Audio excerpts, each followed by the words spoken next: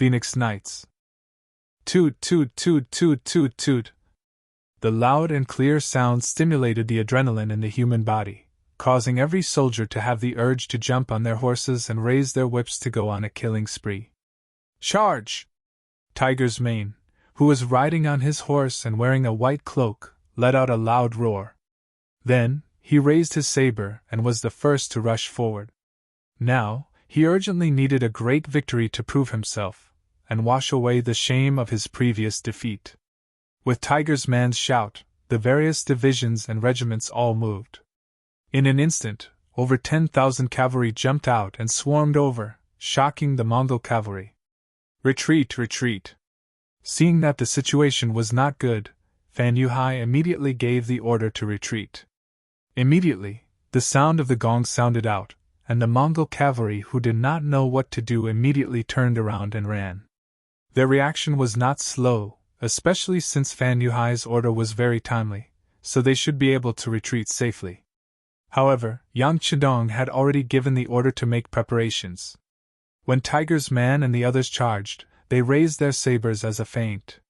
Seeing that the Mongol cavalry wanted to turn around and leave, they all picked up their sabers and chased after the Mongol cavalry and shot at them. The prepared bows and arrows shot out and landed among the Mongol cavalry. With a series of pa-li-pa-la sounds, over 1,000 Mongol cavalry were shot down from their horses, either dead or injured. This chase lasted for 3 miles. Only when they were in front of the enemy and under the city walls did the signal to retreat sound out. Immediately, the 10,000 mercenary cavalry received the order and retreated in an orderly manner. This caused Fan Yuhai, who was waiting for a chance to counterattack, to be disappointed once more.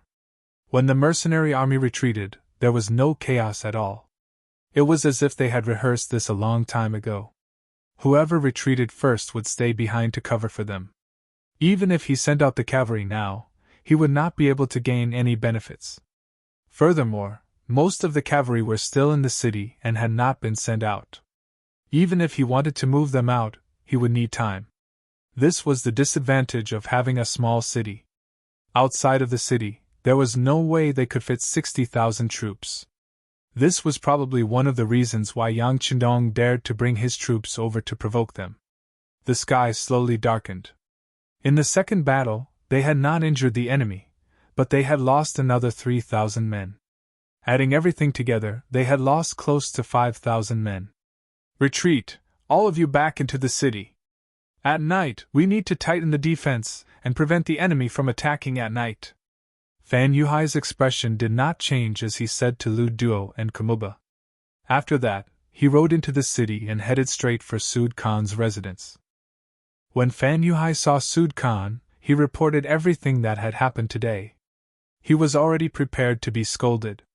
However, unexpectedly, Sud Khan did not scold him and only nodded. And the losses were not big. Have you figured out the situation of the war god? Fan Yuhai pondered for a moment before replying in a deep voice. It's about time. The other party has too few soldiers. If we really fight, the one who loses will definitely be him. Therefore, he should only be trying to intimidate us. As long as we don't move out, the other party won't be able to take advantage of us and will naturally retreat. Good, then I'll leave everything to General Fan. Against the war god, being able to defend the city without losing is already a great achievement. After all, this person is too famous. Even if you want to defeat him, it won't be done in a day. Suda actually tried to persuade him instead. Fan Yuhai immediately revealed a very moved expression and said, Yes, this subordinate will remember. Suda's generosity was partly due to his appreciation of Fan Yuhai's ability. More importantly, the cavalry that died today were not his direct subordinates, nor were they the elites of the Mongolian tribes in Mo Bay. People like them might have been herders yesterday, but today, they had become soldiers. There were many people like them in Mo Bay, so the loss of a few would not be a heartache. Fan Yuhai naturally saw this point as well. That was why he sent the cavalry that were not strong to test the enemy. Just from this point alone, it could be seen that he did things appropriately. The Mongol army retreated back into the city, and the mercenaries cheered as they set up camp. They even lit up a huge bonfire. Under the light of the fire, be it the veterans, captives, or new recruits, everyone had a victorious smile on their faces. Today's 2 victories gave them great confidence. They were filled with trust towards the war god. They believed that under the leadership of the war god, victory would belong to them. Outside the central tent, there were many people moving around. 2 guards had switched positions to ensure the safety of the 6th young master. In the tent, Tiger's Mane stood in front of young Chandong and flattered him. Or rather, it could be said that he was not flattering, but speaking the truth. "Young master, you're just too amazing. Your formation at the tip of the arrows caused them to not know what to do. Using the musketeers against the cavalry, you used silence to stop them, effectively avoiding all sorts of problems when shooting while moving. If this goes on, before long, we'll be able to take down these Mongolian soldiers and wipe away the shame." Tiger's Mane was still speaking excitedly as if he was saying something great. However, young Chandong suddenly raised his head. "Do you really think that with our current formation, we can destroy the 60,000 Mongol soldiers in front of us?" "Ah?" Tiger's Mane was stunned by this sudden question. He stood there not knowing what to do. After being stunned for a long time, he did not know how to reply. Fortunately, young Chandong did not intend to make things difficult for him. He quickly answered his own question. "The enemy has 60,000 soldiers, and we only have 10,000. Moreover, there are many new soldiers and captives who have not fully adapted to our military rules. Relying on this force to defeat the Mongol army is completely impossible." It was not that it was impossible, but it was completely impossible. Just from this sentence, one could see that Yang Chandong's mind was still very clear. Then, he said, "The only reason we were able to obtain victory today was because the old soldiers and musketeers displayed enough advantages. If the 2 sides really fought, then the loser would definitely be us. This is impossible," Tiger's Mane said in disbelief. "Nothing is impossible. Tiger's Mane, as a general, the most important thing is to understand the situation and size up the situation. Doing something despite knowing that it is impossible is definitely not something a general of an army should do. It is merely the bravery of an ignorant person." Yang Chandong's expression did not change as he continued to speak in an extremely calm manner. This time, Tiger's Mane's expression changed again and again. He thought back to the defeat last time. It was because he underestimated the enemy and did not fully understand the enemy's situation before sending out his troops. In the end, he caused a huge defeat, causing the strength of the mercenary army to be greatly reduced. The 6th young master had no choice but to personally go into battle. Seeing the sudden change in Hu Mang's expression, young Chandong sighed softly in his heart. He spoke up once again. "I have no intention of blaming you. In the previous battle, the army was defeated. Although you, as the main general, have to bear some responsibility, how many of the regiment commanders below you used their brains? They were all blinded by victory and thought that the mercenary army was truly invincible. Did they think that the moment the army appeared, the enemy would flee at the mere sight of it? Humph! They did not think about it. The Mongols have ruled here for so many years. How could they be so easy to deal with? If that was the case, the great Ming dynasty would not have sent out so many times and returned in defeat. Failure is not scary. What is scary is not knowing how you lost. That is a person who cannot be saved. Do you understand?" Chapter 832. Hearing Yang Chandong's words, Tiger's Mane quickly replied, "Yes, young master. We have already summarized our experience. If we don't understand the situation clearly, we won't easily send out troops again. I can promise you this." "Yes." Yang Chandong's expression became a little better. Since they had already lost the previous battle, there was no point in dwelling on this matter. As long as the military commanders had learned their lesson and would not repeat the same mistake, the soldiers who had died in battle would be able to rest in peace. Sometimes, losing a battle wasn't scary. On the road to growth, encountering defeat was also a kind of harvest. It was a prerequisite for becoming stronger. As long as the heart didn't lose after a defeat, they could still have the heart to fight again. Moreover, the more they fought, the braver they became. Okay, you can go first. Take care of your own camp. In the next 2 days, we will only surround and not attack. Facing the enemy's challenge, we may even retreat to make concessions. At that time, the morale of the army cannot be shaken. You can go and discuss with the battalion commanders what to do. Yes, go and call over Zhui Feng of the 1st Cavalry Regiment. Yang Qidong raised the cup of hot tea in front of him and lightly waved his hand. Tiger's Mane was the first person he met. He definitely wouldn't be the last. He was making preparations for the following arrangements. There were some things he needed to explain to the commanders. Tiger's Mane left. Not long after, Zhui Feng entered the main tent. After staying for half an hour, he left with his head held high. One by one, the commanders entered the main tent. Every one of them had a private conversation with the 6th young master for half an hour or more. That night, the main tent was lit with oil lamps. It was only when the sun was about to rise that it was extinguished. When the sun rose, the various armies began to cook. Smoke rose in spirals from the chimneys. The fragrance quickly spread everywhere. The army was a scene of bustling activity. 2 hours later, the two armies that had eaten their fill began a new day of confrontation. In front of the city, Fan Yuhai rode out. This time, the cavalry behind him was even larger. From afar, the number of people had already reached 20,000. Facing a mercenary army, especially one that was personally led by a war god, from Fan Yuhai's point of view, even if the entire army moved out, it wouldn't be excessive. The cavalry formed a formation of 1,000 men, and they quickly got into formation. Following Fan Yuhai's shout, 1,000 men charged out of the camp.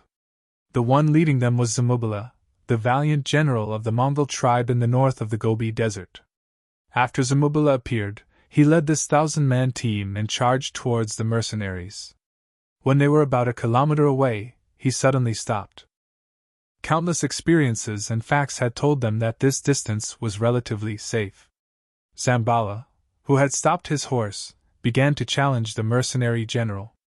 He looked like he wanted to have a one-on-one battle with the mercenary general. 1 versus 1. This kind of battle strategy was used in the ancient times, had been past since ancient times. This was especially true for cavalry. They paid particular attention to the tightness of the battle formation and the momentum of the charge. With just one man and one general, the effect that they could exert was already very limited. A battle strategy like 1 versus 1 had not appeared in a long time. But today, it appeared in front of two armies. Many people's faces were filled with confusion.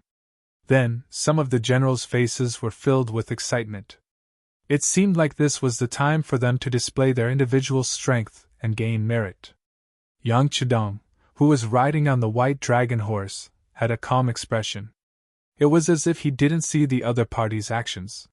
He didn't move. This caused many people to retract their gazes. They were originally waiting for the war god to pick their generals. But when they saw that the war god didn't move, they didn't dare to look. But there were still some brave ones who carefully spoke to their comrades. "What's going on? Is the war god not letting us fight? Quiet, it's forbidden to make noise in the camp."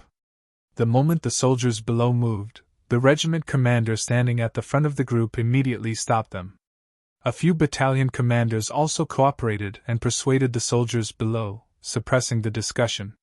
The various divisions and regiments were all like this. Yang Qidong saw this from the corner of his eyes and heaved a sigh of relief. The results of last night's discussion were pretty good. At least the regimental commanders understood his intentions. With their suppression, the army probably wouldn't fall into chaos, but their morale would definitely drop. But this was something that couldn't be helped. The difference in numbers was too great. In order to launch the final attack, they couldn't afford to lose any of their forces. Speaking of which, last night, Yang Qidong had already thought of a countermeasure for Fan Yuhai. If the two sides' roles were reversed, he would have at least two paths to take. The first was to use the strength of the army, and use the advantage of numbers to launch a fierce attack. For example, he could directly send 30,000 soldiers and then send 10,000 soldiers behind to launch an all-out attack, using the advantage of numbers to suppress the enemy. In the face of tens of thousands of enemy cavalry, even the strength of a flintlock was limited. Once they charged over, the effect of the flintlocks would be limited, and it would be difficult to win this battle. Of course, if he decided to do this, he would have to pay a heavy price. From this point of view, the possibility of Fan Yuhai's choice was relatively low.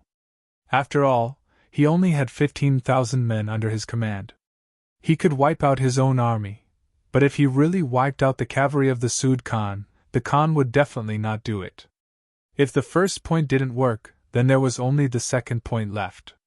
That was to send out a small portion of the army to challenge and slowly nibble away at the strength of the mercenaries. Using small victories to accumulate a big victory, then expanding the results of the battle.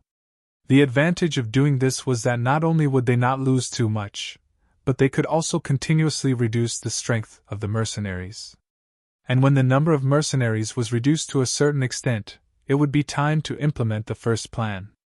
At that time, if the number of mercenaries was too low, facing tens of thousands of enemy soldiers, they could only run. These were the two methods that Yang Chendong thought of for Fan Yuhai. Looking at it now, the other party had indeed thought the same and sent out a 1,000-man team to challenge them. A 1,000-man team was naturally not scary. Yang Chendong could casually send out a commander or even a battalion commander to lead a 1,000-man team. With the sharpness of the arrows and the sharpness of the cavalry swords, they could win. But this kind of victory was impossible without paying a price.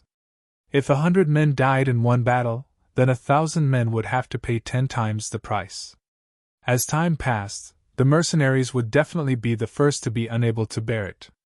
Not to mention, in a 10,000-man team, there were only a few veterans. Once the battle was over, their effective fighting strength would be worn out by the challenges one after another. How would they have any strength left to launch an all-out attack? Thus, the best way to deal with this kind of challenge was to ignore it and act as if he didn't see it. And with the huge range of the firearms, the other party would naturally be helpless. The only drawback was that in the long run, the morale of the soldiers would definitely take a big hit. This was the biggest test for the mercenaries. Seeing through the other party's intentions, Yang Chendong naturally wouldn't let them succeed. Thus, there was the current strategy of not moving to deal with the changes. Zamubila, who was 1,000 meters away, had already prepared himself for a battle. However, when he realized that there was no movement from the other party after half a day, he thought of Fan Yuhai's instructions and immediately started cursing. He cursed and scolded, calling him a coward, a pussy, and so on. In the end, it was all kinds of insults. What was even more impressive was that Fan Yuhai seemed to have been prepared for this. He even found a cavalryman who could speak Mandarin. While cursing in Mongolian, he also spoke Mandarin. When his voice echoed throughout the land, one could imagine how ugly the mercenaries' expressions were. Battalion Commander, I request to fight. Battalion Commander, I also request to fight. Even if I die on the battlefield, I can't let them humiliate us like this. Yes, we request to fight. Under the scolding, some of the more impulsive soldiers couldn't hold it in anymore. Their faces turned red as they shouted with a belly full of anger. All of you, shut up! All the battalion commanders had been called by their regiment commander for a meeting last night. Naturally, they knew what to do. Although they were also very angry in the face of such a situation, and even wanted to rush forward with their swords, they couldn't go against military orders. They could only obey.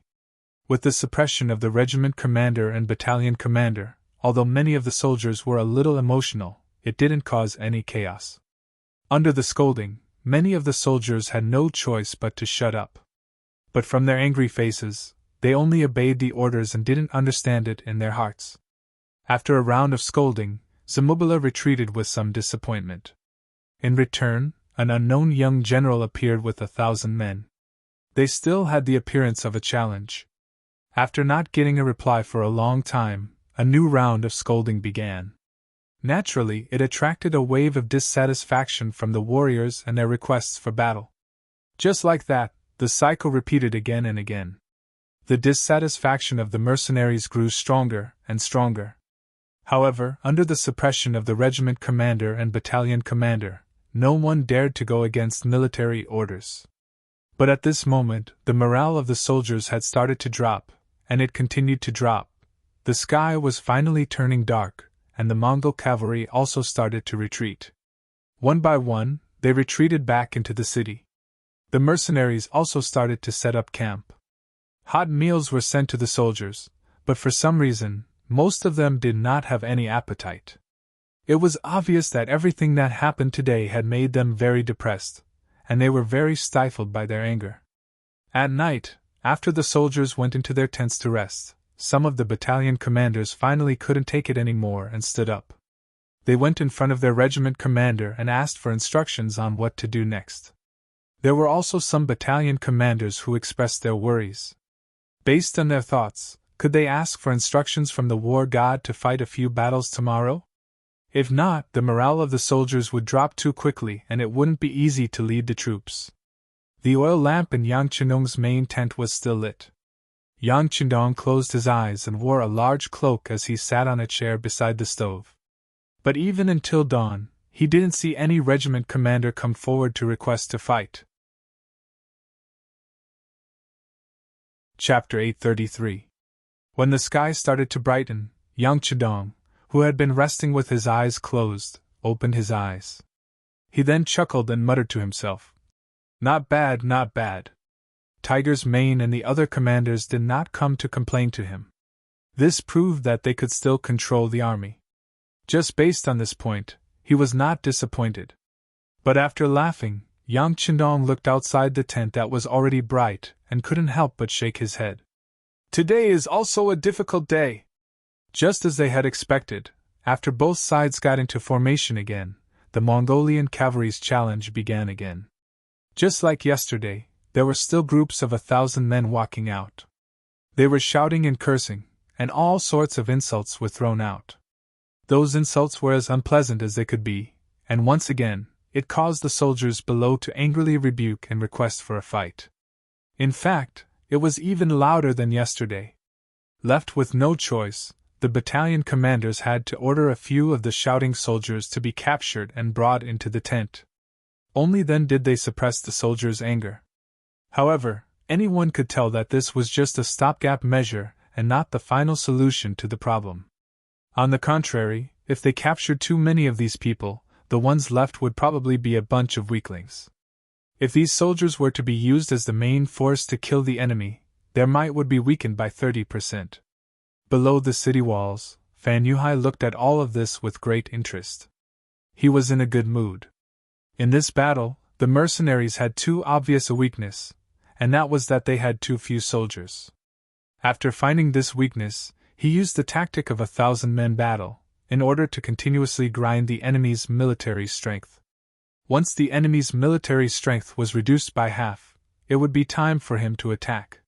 He never thought that the mercenaries would be so tolerant. This was indeed out of Fan Yuhai's expectations, but it also made him very happy.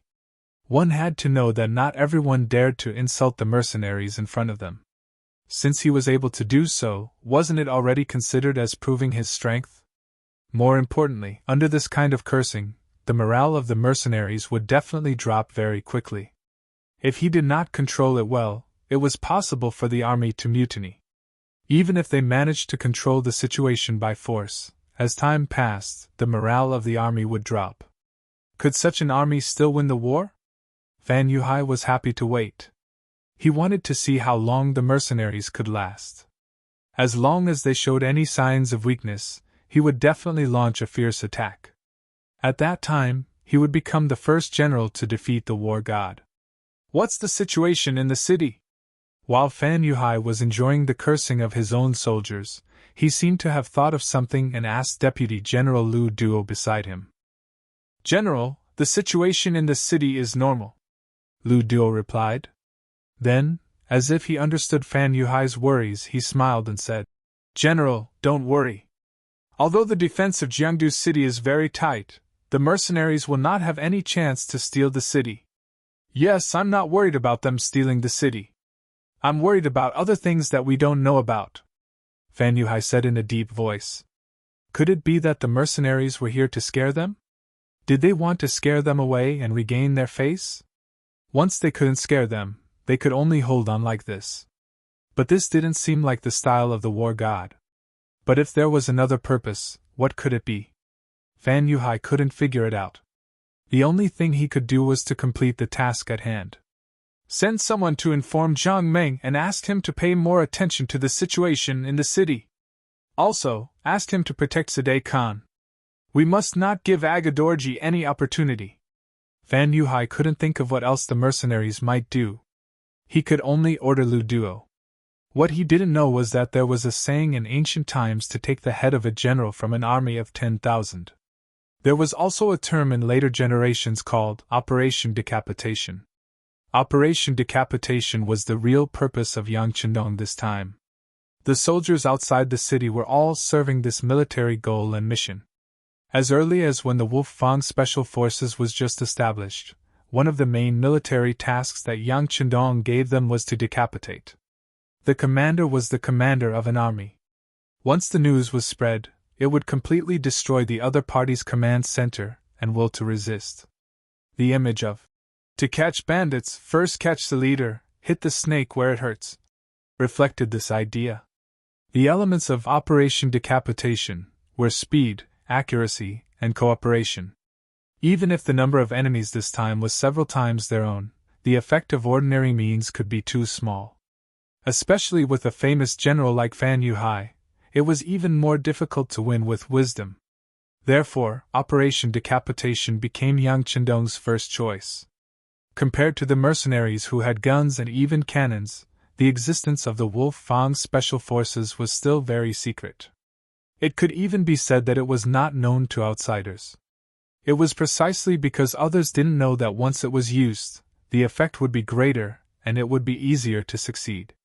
If the other party was a large military camp, the commander would be in a military tent protected by layers of military camps. It would be too difficult to carry out Operation Decapitation. But now the enemy was resting in the city, and there were many civilians in it, which created enough conditions for Operation Decapitation. In the military tent of the same army, Yang Chendong changed his seat in front of the sand table. Skinny Monkey and King Kong are watching that kid. Tai Hu narrowed his eyes, making it impossible for others to see what he was thinking. Even his murderous aura had been completely concealed. The sixth young master once said that a real assassin wouldn't reveal a trace of murderous aura. If they couldn't do this, then they were unqualified. Now, Tai Hu had entered this realm. Good, then I'll wait for you to make a move.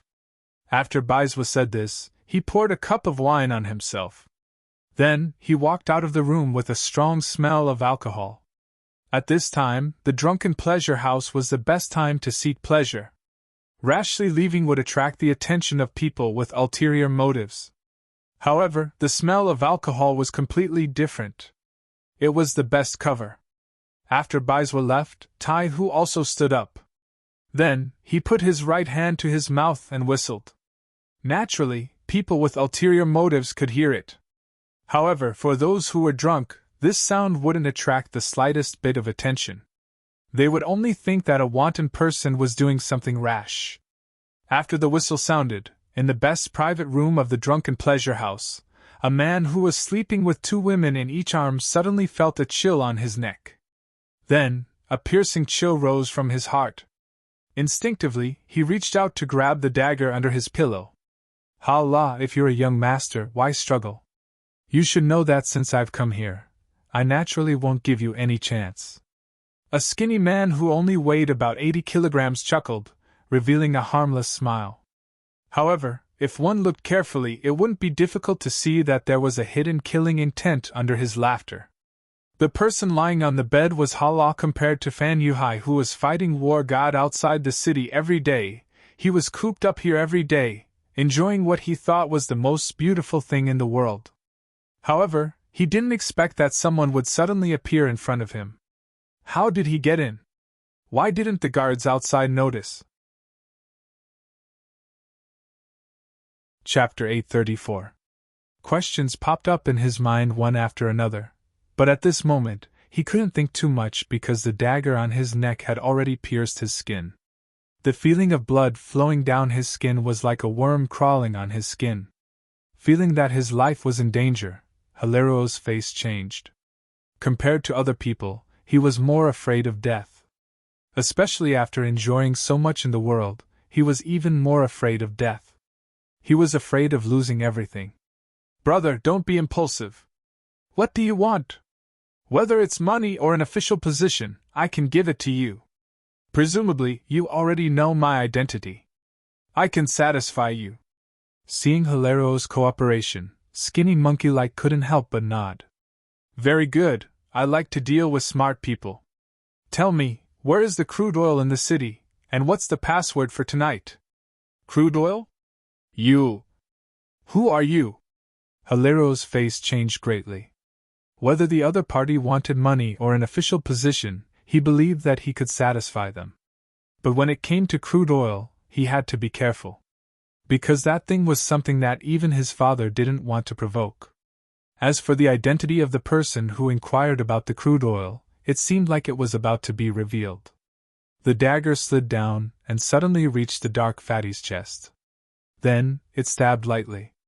Hilario immediately felt a bone-piercing pain, causing his face to contort in pain. At this moment, the skinny monkey-like man's voice sounded again. It seems like you still don't understand the situation. Since that's the case, I'll leave a mark on your body. No, I'll tell you everything. Knowing that his life was in the hands of others, Hilario didn't dare to play any tricks. He hurriedly begged for mercy and told the skinny monkey-like man the location of the crude oil. It's in the warehouse in the west of the city. That used to be the city's granary. Take me to see it. Remember, kid, don't play any tricks. Otherwise, I promise I'll take your life before you can shout. The skinny monkey-like man's voice sounded again. The warehouse in the west of the city was where the crude oil was located. But without seeing it with their own eyes, they couldn't be at ease. Trembling, Hilario put on his clothes and opened the door. As soon as he stepped out of the door, he saw the 4 guards guarding the door. When they saw the young master walk out, they quickly lowered their heads and saluted. However, when they saw the skinny monkey-like figure, the 4 guards couldn't help but reveal a trace of confusion in their eyes. They had been watching outside the door and didn't see any man enter this room. Where did this person come from? How could they know that one of Skinny Monkey's specialties was the bone shrinkage skill? Although the gap in the window outside the door was not very big, it was enough for him to use his unique skill to enter. What are you looking at? If you keep looking, young master will dig out your eyes. When the skinny monkey-like figure noticed that the 4 guards were looking at him, he glared back fiercely. At the same time, he gently applied some force to the dagger behind Hilario's waist. Cough, don't look around. She's one of us. Although he could speak freely now, he knew that if he said something he shouldn't say, the first one to fall would be himself. As soon as he said that he was one of them, the 4 guards immediately showed a look of understanding. They lowered their heads slowly with an expression that said, "We understand." Clearly, they had misunderstood and thought that their young master's taste had changed. He no longer liked women but men. Angered by the 4 guards' gazes, Hilario really wanted to shout, "Your young master doesn't have any other hobbies. Even if he did, he wouldn't like such a skinny man." Of course, he could only think these words in his heart. Shouho accompanied the young master and the 4 guards as they walked towards the entrance of the drunken pleasure house. Along the way, many girls greeted him warmly, but because he had something on his mind, he did not reply to any of them. Hilario only had one question in his mind. When he left the door, there would be 6 more guards. At that time, would they be able to turn around and attack him? Hilario couldn't guess if these people would kill him after achieving their goal. So if there was a chance, he would definitely give it a try. And this thought disappeared as soon as he walked out of the door and met up with the 6 guards at a street corner. Not for other reasons, but because of the sudden appearance of 3 strangers. The short blades in their hands danced, and in a few moments, the seemingly tall and strong guards were all killed on the ground. And the other side only had 4 people, including Skinny Monkey. The 10 guards didn't even have time to figure out what had happened, and all of them died from fatal injuries. All of this fell into Hilario's eyes. He immediately said in horror, You just want to look at the oil, not kill people, right? Of course not. The skinny monkey-like man chuckled. If you're obedient, I won't kill you. I can assure you that I won't kill you. All right, now that there are no more annoying flies, we can go. The 10 corpses were thrown into an inconspicuous corner in the darkness. Hilario, with 4 guards following behind him, headed straight for the warehouse in the west of the city. Along the way, the soldiers sent by Fan Yuhai and his father, Agar Dorji, were all taken care of one by one. Perhaps they thought that they were hiding very well, but in front of the well-trained and inhumane Wolf Fang members, their every move was magnified like a magnifying glass. As they made their way to the warehouse in the west of the city, Hilario was still waiting for something to happen. He knew that his father had secretly arranged for people to follow him. As soon as they appeared, he would seize the opportunity to escape. But unfortunately, the journey was incomparably peaceful. He even saw 2 groups of Mongolian cavalry patrolling the streets. Hilario, who cherished his life, didn't have the courage to shout out. Since Skinny Monkey had sworn an oath to longevity heaven, he had no choice but to believe him. It had to be said that Wolf Fang had chosen the right person. A person who was extremely afraid of death would definitely not play around with his life.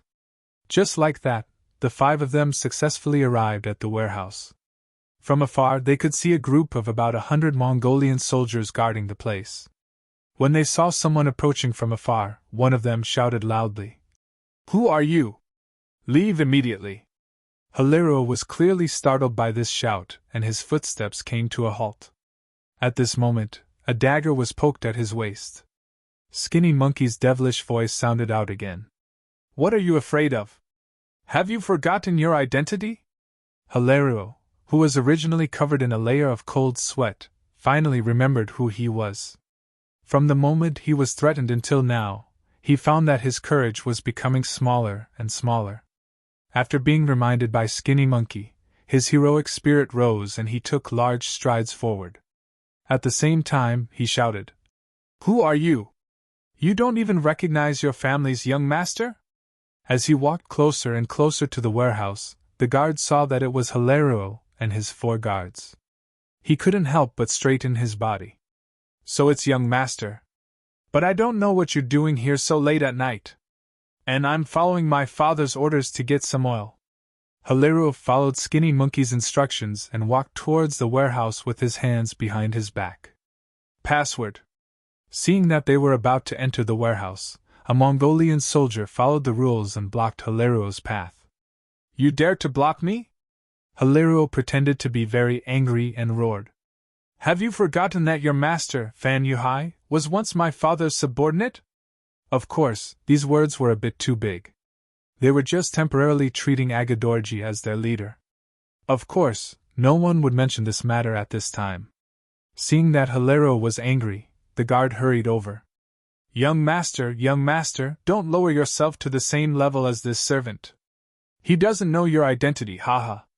He doesn't know, but you do. Isn't it enough that I'm standing here alone? Can I go in and take a look?" Haruo put on a demonic expression as he looked at the guard general. He looked like he would fly into a rage at any moment, and even start beating people up. Hilario's reputation in the army was naturally not good. He didn't have much ability, but he was arrogant and had a bad temper. However, he had a good father.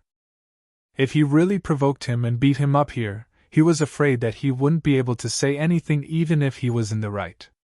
The guard naturally understood this logic. He wouldn't go against his young master because of a password. He immediately smiled apologetically. "Young master, of course I know you. It's just that if you want oil, you can't go in?" "En?" Hilario thought that the guard was being tactful. However, after hearing his reply, it was clear that this wasn't the case. Hilario's face fell. Young master, don't be angry. I'm not stopping you. I'm just telling you that there's no more oil inside. It's all been moved away." The guard came forward and said softly, "Moved away? Why didn't I know about this?" Hilario's face was filled with shock. This wasn't an act. He really didn't know. Oh, this was an order from General Fan. Not long after the sky turned dark, the oil was moved away. The guard naturally couldn't say that this was a secret order from Fan Yuhai. If he said that, it would seem that Fan Yuhai didn't trust Agadorji and his son. If that happened, he wouldn't be able to bear the consequences. Chapter 835. Even without the general's explanation, Hiraluo understood what he meant. When he thought about how he had to hide such an important matter from his father and himself, he couldn't help but feel angry. Good, this Fan Yuhai is getting more and more arrogant. Humph. Let's see if I don't find trouble with him tomorrow. Fine, I'll tell you where the kerosene was moved, and this matter will have nothing to do with you. He pretended to be very angry as he spoke, his saliva dripping from his mouth. His gaze landed on the defending general. But when he looked over, he saw the general's hesitant expression. He said angrily, "What, are you trying to hide it from me? Or was the kerosene not moved at all? You were lying to me all along." I wouldn't dare. Originally, the general really didn't want to say anything. After all, the kerosene was moved in secret, and he didn't want more people to know. But since Hiraluo had said so, if he didn't tell him the truth, he would really offend him. Helpless, he took a step forward and carefully set a place. "Oh? So it's there." Hiraluo nodded in surprise, then looked at the general and said, "Fine, I'll believe you for now. If you're lying, don't blame me for taking care of you." I wouldn't dare. But young master, I'll have to trouble you not to tell anyone that I told you this. Otherwise, I'm afraid General Fan will beat me up." As he spoke, the general cupped his hands and begged for mercy. "Don't worry, I won't say that you told me. I'll just say that I found it myself." "All right, I'm leaving." Hiraluo turned and left with Shou Ho and the other 4 guards. The general couldn't help but wipe the sweat from his forehead. This little ancestor was finally gone.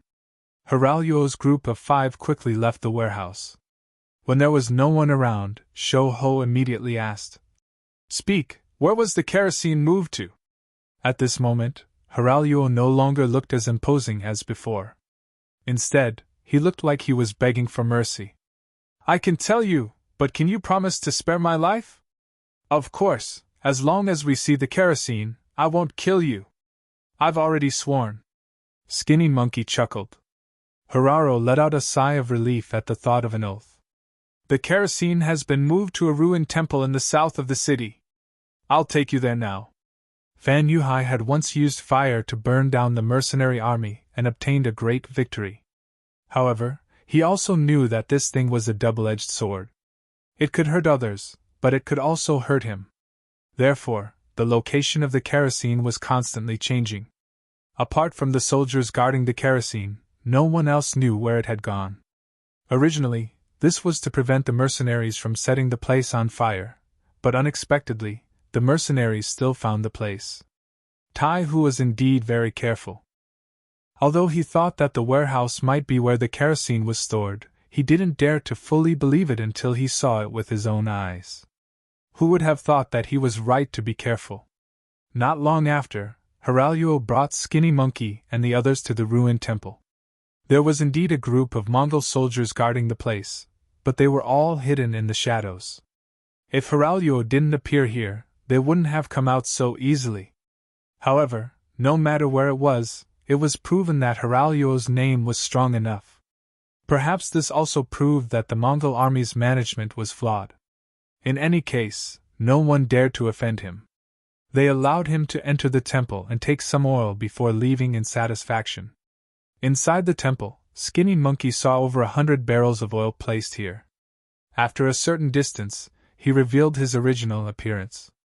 "All right, I'll leave this place to you guys. I'm going to report the situation to Tiger Head. See you later." After saying that, Skinny Monkey quickly left. Hiraluo wanted to stop him, but another tall guard, nicknamed King Kong, stepped forward and blocked his way. Kid, are you ready? King Kong sneered as he played with a sharp dagger in his hand. Sensing danger, Hiraluo's face turned pale. You! What are you doing? He said he wouldn't kill me just now. That's right, he won't kill you. Otherwise, he wouldn't have left so quickly. But I didn't say I wouldn't kill you, did I? King Kong was still smiling, but the killing intent on his face was getting heavier and heavier. At this moment, his killing intent was revealed. He couldn't wait any longer. This person in front of him had caused trouble for the sixth young master more than once. In Wolf Fang's eyes, such a person deserved to die. You're despicable. Seeing that they were about to hit him while he was down, Hiraluo wanted to shout.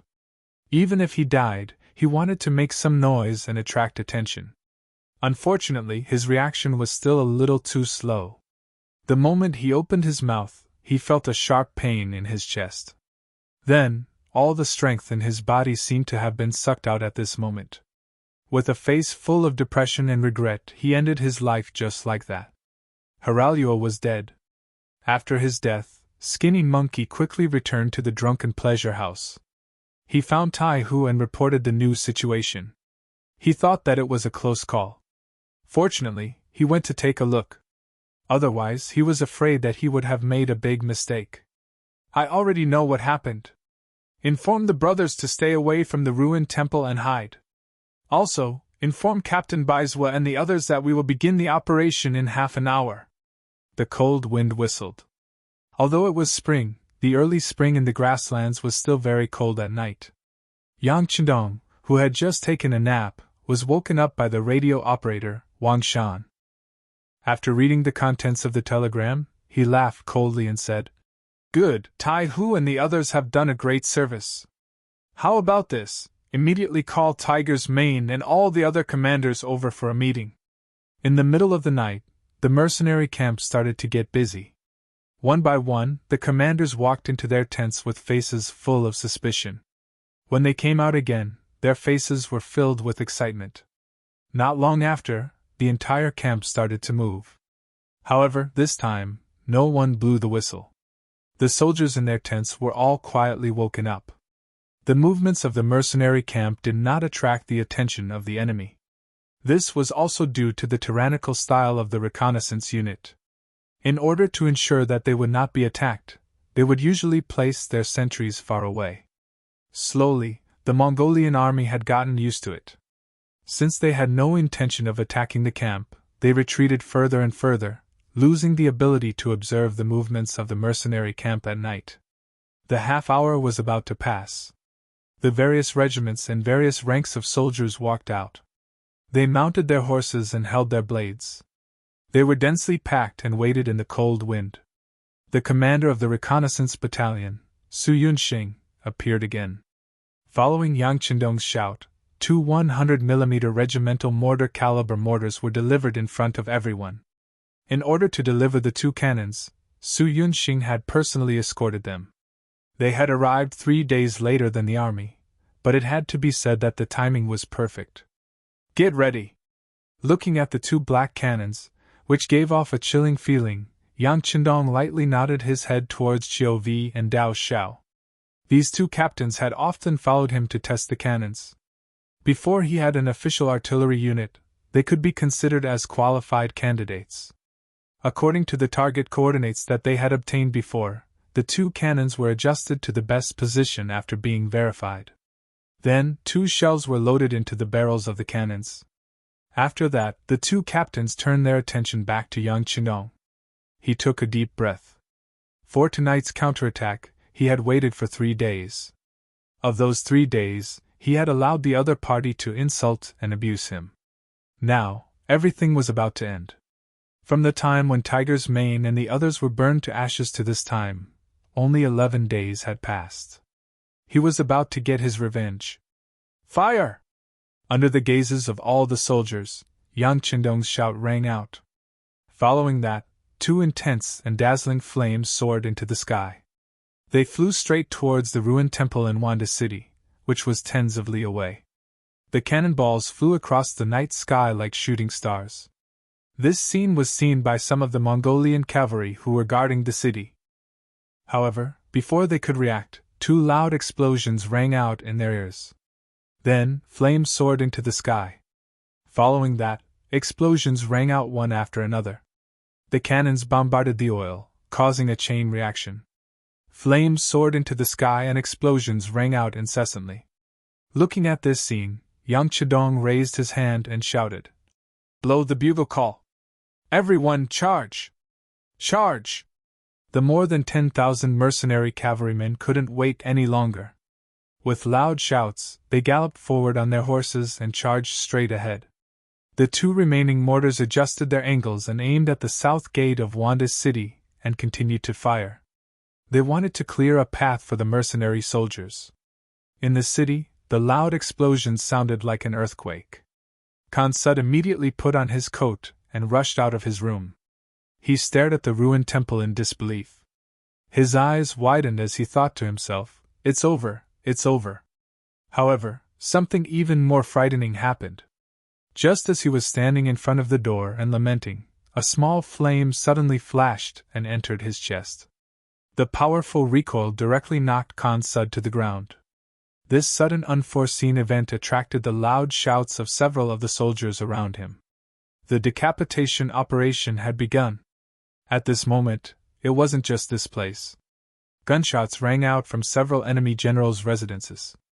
The phantom members who had been lying in ambush for a long time fully displayed their strengths, firing bullet after bullet into the chests of the targets they had long imprinted in their hearts. Chapter 836. One of the targets was Agar Dorji. However, for some reason, the bullet that should have hit his chest only hit his shoulder instead. Fresh blood gushed out from the wound, causing Agar Dorji to scream in pain. My lord! My lord!" The soldiers ran over and surrounded Agar Dorji to prevent anyone from hurting him. At the same time, they looked around vigilantly, searching for the assassin. But how could they know the power of a sniper rifle? A sniper more than 1,000 meters away was already beyond their knowledge. How could they still find him? Not to mention, the city was already in chaos. This was the best cover for them. "Stop shouting! I'm not dead! Quick, inform the other generals! Retreat! Retreat!" Agar Dorji felt the pain coming from his right arm as he gave orders to his bodyguard beside him. "My lord, are we not going to defend the city?" One of the soldiers asked an idiotic question. "Defend my ass! Don't you see? The fire has already started, the people's minds are in chaos, the city cannot be defended. All right, go inform the other generals, we are retreating in the direction of Guangwu town, quickly." After Agar Dorji shouted these words, he finally fainted from the pain. Following that, everyone was busy shouting. However, even at this time, there were still some bodyguards who didn't forget to go to the Drunken Joy Pavilion. They wanted to find the young master and let him take charge of the situation. However, the reality only proved that this was just a beautiful idea. Fan Yuhai was also attacked by the beheading operation. Regrettably, this person's residence was a little too remote. Perhaps because he was naturally vigilant, his surroundings were filled with his personal guards who had followed him since the Jiaoji period, making it impossible for Baizhua to approach. In the end, he could only choose to set up an ambush at a distance of 1,600 meters. But to be honest, at such a distance, the effectiveness of a sniper rifle was very low. Captain Baizhua was the one who personally carried out this mission. He knew that this person was the only one in the city who gave the sixth young master the most headaches. If he could kill this person, it would be his greatest achievement. Baizhua held his breath and focused his mind. Even though the cold wind was howling in his ears, his posture did not change at all. He continued to stare at his target, waiting for the best opportunity to attack. Through the infrared scope, he saw Fan Yuhai get on his horse and lead a group of cavalrymen out of the courtyard. They headed straight for the main street, and the distance between them shortened. 1,000 meters, 800 meters, the best distance was only 500 meters. However, the best angle and opportunity to shoot did not appear. Fan Yuhai, who was surrounded by bodyguards, gave off a feeling that they did not know where to start. It seemed that no matter which shot was fired, it would be difficult to hit the target. Even if the shot was fired, it would be difficult to guarantee that the shot would hit the target while moving. Forget it. Bai's heart sank again. He adjusted his target again. This time, he decided not to hit the man, but the horse. Relatively speaking, a horse's body was much larger than a human's, especially the pure black horse that Fan Yuhai was riding.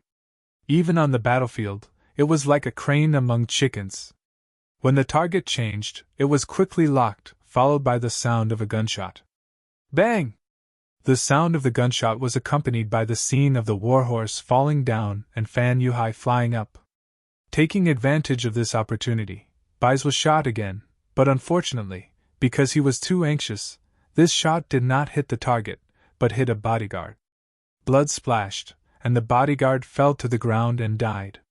In exchange, other people shouted to protect the general. Bai's quietly took advantage of this chaos.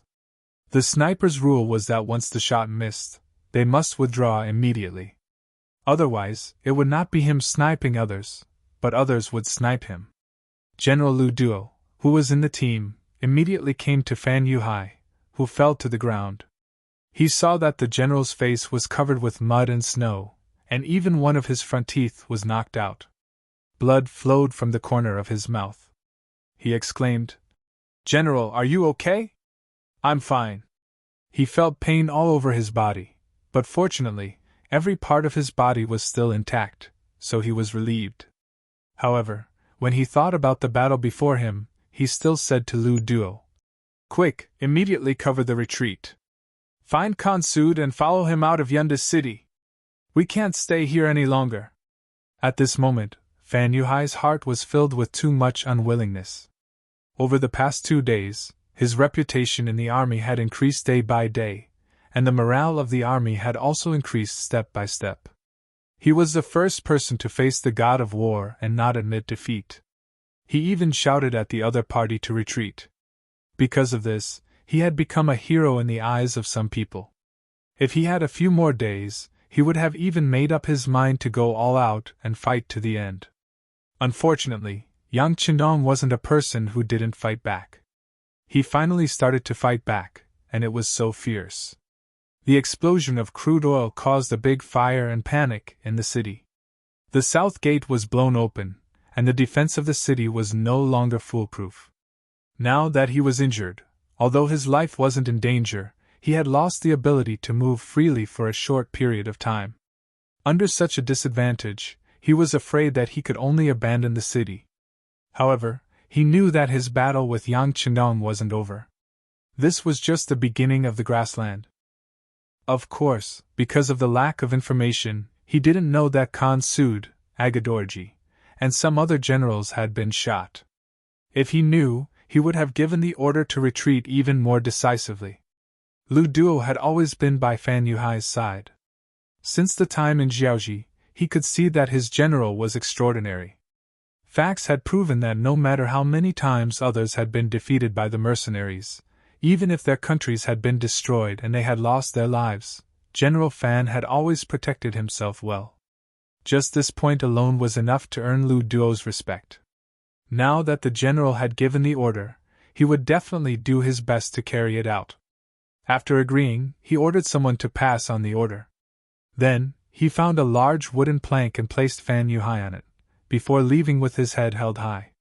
At the east gate of Wanda City, there were a few gaping holes in the walls. Following these holes, the mercenaries easily entered. What followed was a battle cry that shook the heavens. The 2,000 Mongol soldiers that were in charge of defending this area became the first target. Over 10,000 Mongol soldiers came from different directions like a tornado. Even a man and a blade wasn't something that these 2,000 Mongol soldiers could withstand. Very quickly, this army was swallowed up by the flood of horses. After successfully entering the city, they could see many Mongol soldiers on horseback searching for their troops. When these people saw the mercenaries charging into the city, they immediately scattered and wanted to leave. However, in front of the mercenaries who had a plan in mind, their actions were laughable. When the 1st Regiment had their own mission, they only needed to follow the orders. As for the Mongol soldiers blocking their way, they could just casually kill them. Regiment after regiment of mercenaries entered the city, and the independent division led by Tiger Mang set their sights on Sud Khan, who was constantly running away. When the scouts reported that a large group of Mongol soldiers was retreating towards the north of the city, he immediately made a decision and led a division of cavalry to chase after them. The previous defeat had always been a pain in Tiger Mang's heart. Originally, he wanted to perform better, but he never expected that he would be defeated in the end. Although the sixth young master did not punish him for this matter, and did not even say a harsh word, he knew in his heart that the young master must be disappointed in him. When one made a mistake, it wasn't something that could be fixed with just a sentence. What Hu Mang wanted to do was to establish a new merit and prove his worth once again. This time, after hearing the direction that the Mongolian cavalry fled in, he sent a personal guard to inform the sixth young master. Then, he led his men and chased after them. Tiger's man wanted to wipe away his shame, and this time, he was really going all out. Chapter 837. General Chen led the 3,000 cavalrymen back and coincidentally bumped into Tiger's Mane. Just as he got into position and raised his saber to kill, a white light suddenly flashed in front of his eyes. The strong light made him unable to open his eyes for a moment. Fortunately, this feeling disappeared quickly. However, before the light disappeared, his eyes couldn't help but twitch because he seemed to see the cavalrymen on the other side raising their spears, and then, there was no then. The 6 battalions of musketeers used the flare to lock onto the approximate location of the enemy. Then, gunshots rang out, and the Mongolian cavalrymen who were still in a daze were shot off their horses one after another. When the distance was less than 500 meters, the power of the Type 81 assault rifles had already exceeded the imagination of some people. After the gunshots, there was the sound of war horses galloping on the ground. Tiger's Mane led the other cavalrymen and quickly rushed over. Taking advantage of the moment when the enemy was stunned, they raised their sabers and slashed down. As they slashed, the Mongolian cavalrymen fell off their horses one after another. Without knowing the enemy's situation and the fact that they were defeated, the 3,000 Mongolian cavalrymen couldn't even unleash their advantage and were pierced through by the arrow formation. Naturally, the reason why they were able to succeed so smoothly was because they weren't elites to begin with. They were all recruited by Fan Yuhai when he was roaming the grasslands. Their combat strength could only be said to be average. Their numbers were inferior, their quality was inferior, and even their will to fight was much weaker. After just one wave of attack, they took at least 1,000 heads. After just one attack, the 3,000 cavalry were crippled. General Chen was unfortunately killed by a musket. Without a head, the Mongolian cavalrymen scattered like birds and beasts. Those who could run ran away without a trace. Those who couldn't immediately threw down their weapons and surrendered. Leave a battalion to look after the captives. Also, take away their war horses. Everyone get 2 horses and continue the chase. After tasting the sweetness of victory, Tiger's Mane didn't have any intention of stopping. To him, this was a once-in-a-lifetime opportunity. Unless the sun was about to rise, unless his independent division was crippled, he wouldn't stop the chase. The Mongolian cavalry was still retreating at a moderate pace. Although they were retreating in a hurry, they still brought a large amount of rations with them when they left. This was also the reason why they could not run fast. Half an hour after General Chen's 3,000 men were sent out, another scout reported that there were still mercenaries chasing after them, and they were less than 8 miles away. For cavalry, a distance of 8 miles could be covered in 2 or 3 charges. Hearing this, Lu Duo wanted to stop the army and have a head-on clash with the mercenaries, but he was worried that he would fall into their trap. He wanted to ask General Fan, who was already unconscious, but he was afraid that this would show his incompetence. In the end, he made his own decision. He called over General Kambala, who was guarding the rear with him, and told him his worries. "General, there are mercenaries following us. If we don't get rid of them, trouble may come at any time." Standing in front of Zambala, Lu Duo spoke while using the torch beside him to observe the changes on his face. Both Lu Duo and Zambala were generals in the alliance. If it had to be said, the former was far less famous than the latter. If not for the fact that Fan Yuhai's warhorse had been killed and he had fallen down in a hurry and passed the command of the army to Lu Duo before he fainted, he would not have been able to ask this question. After hesitating for a moment, Zambala finally nodded his head.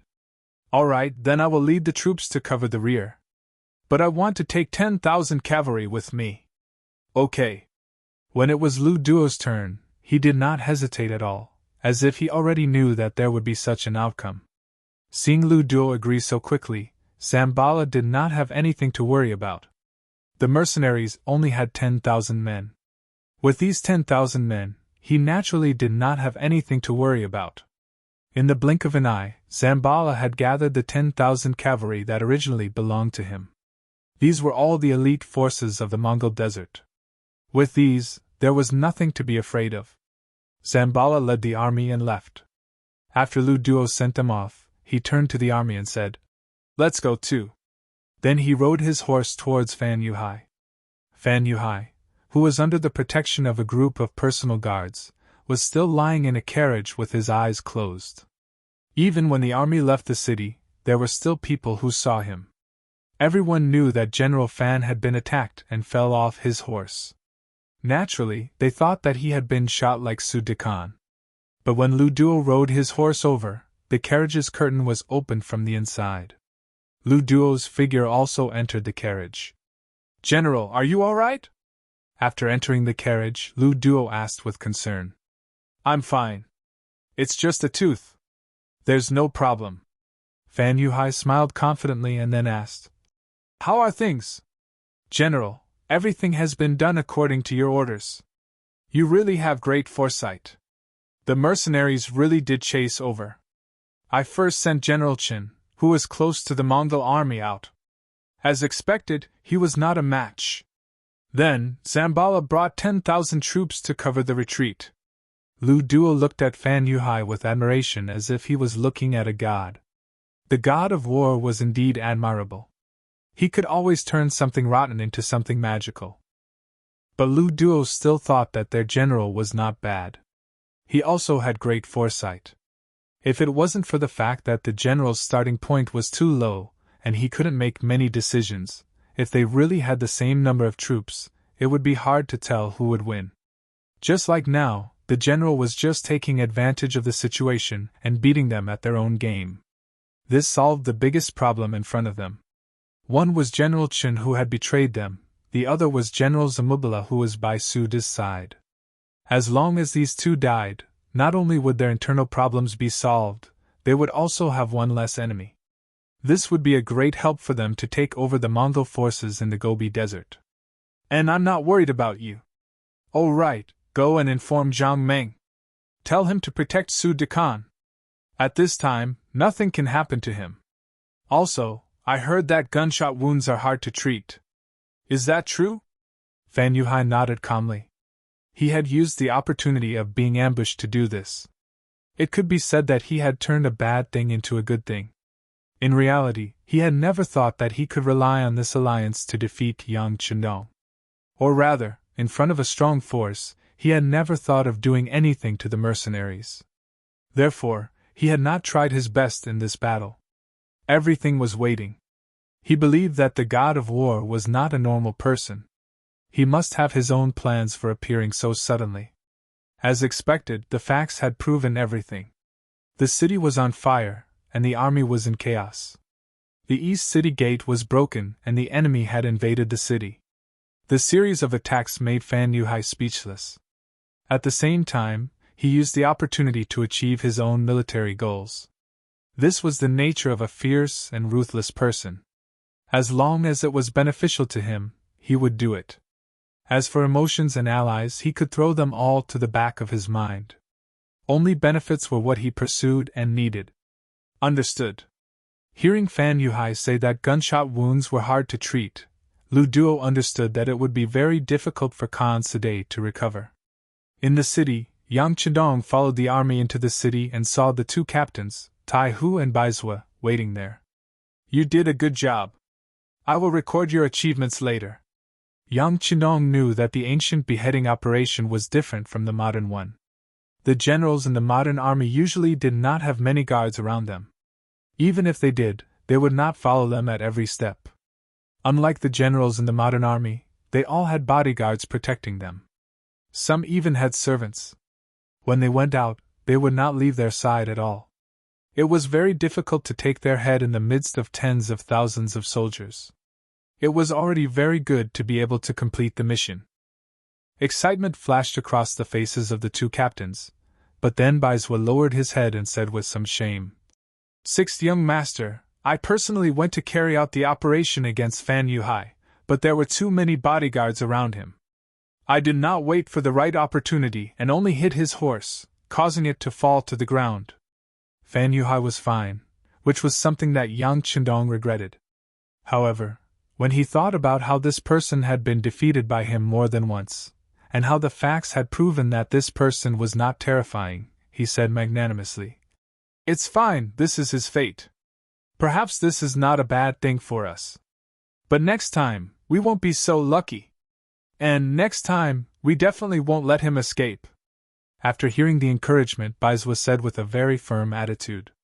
This time, he had also hardened his heart and strived to achieve great merit when he had the chance.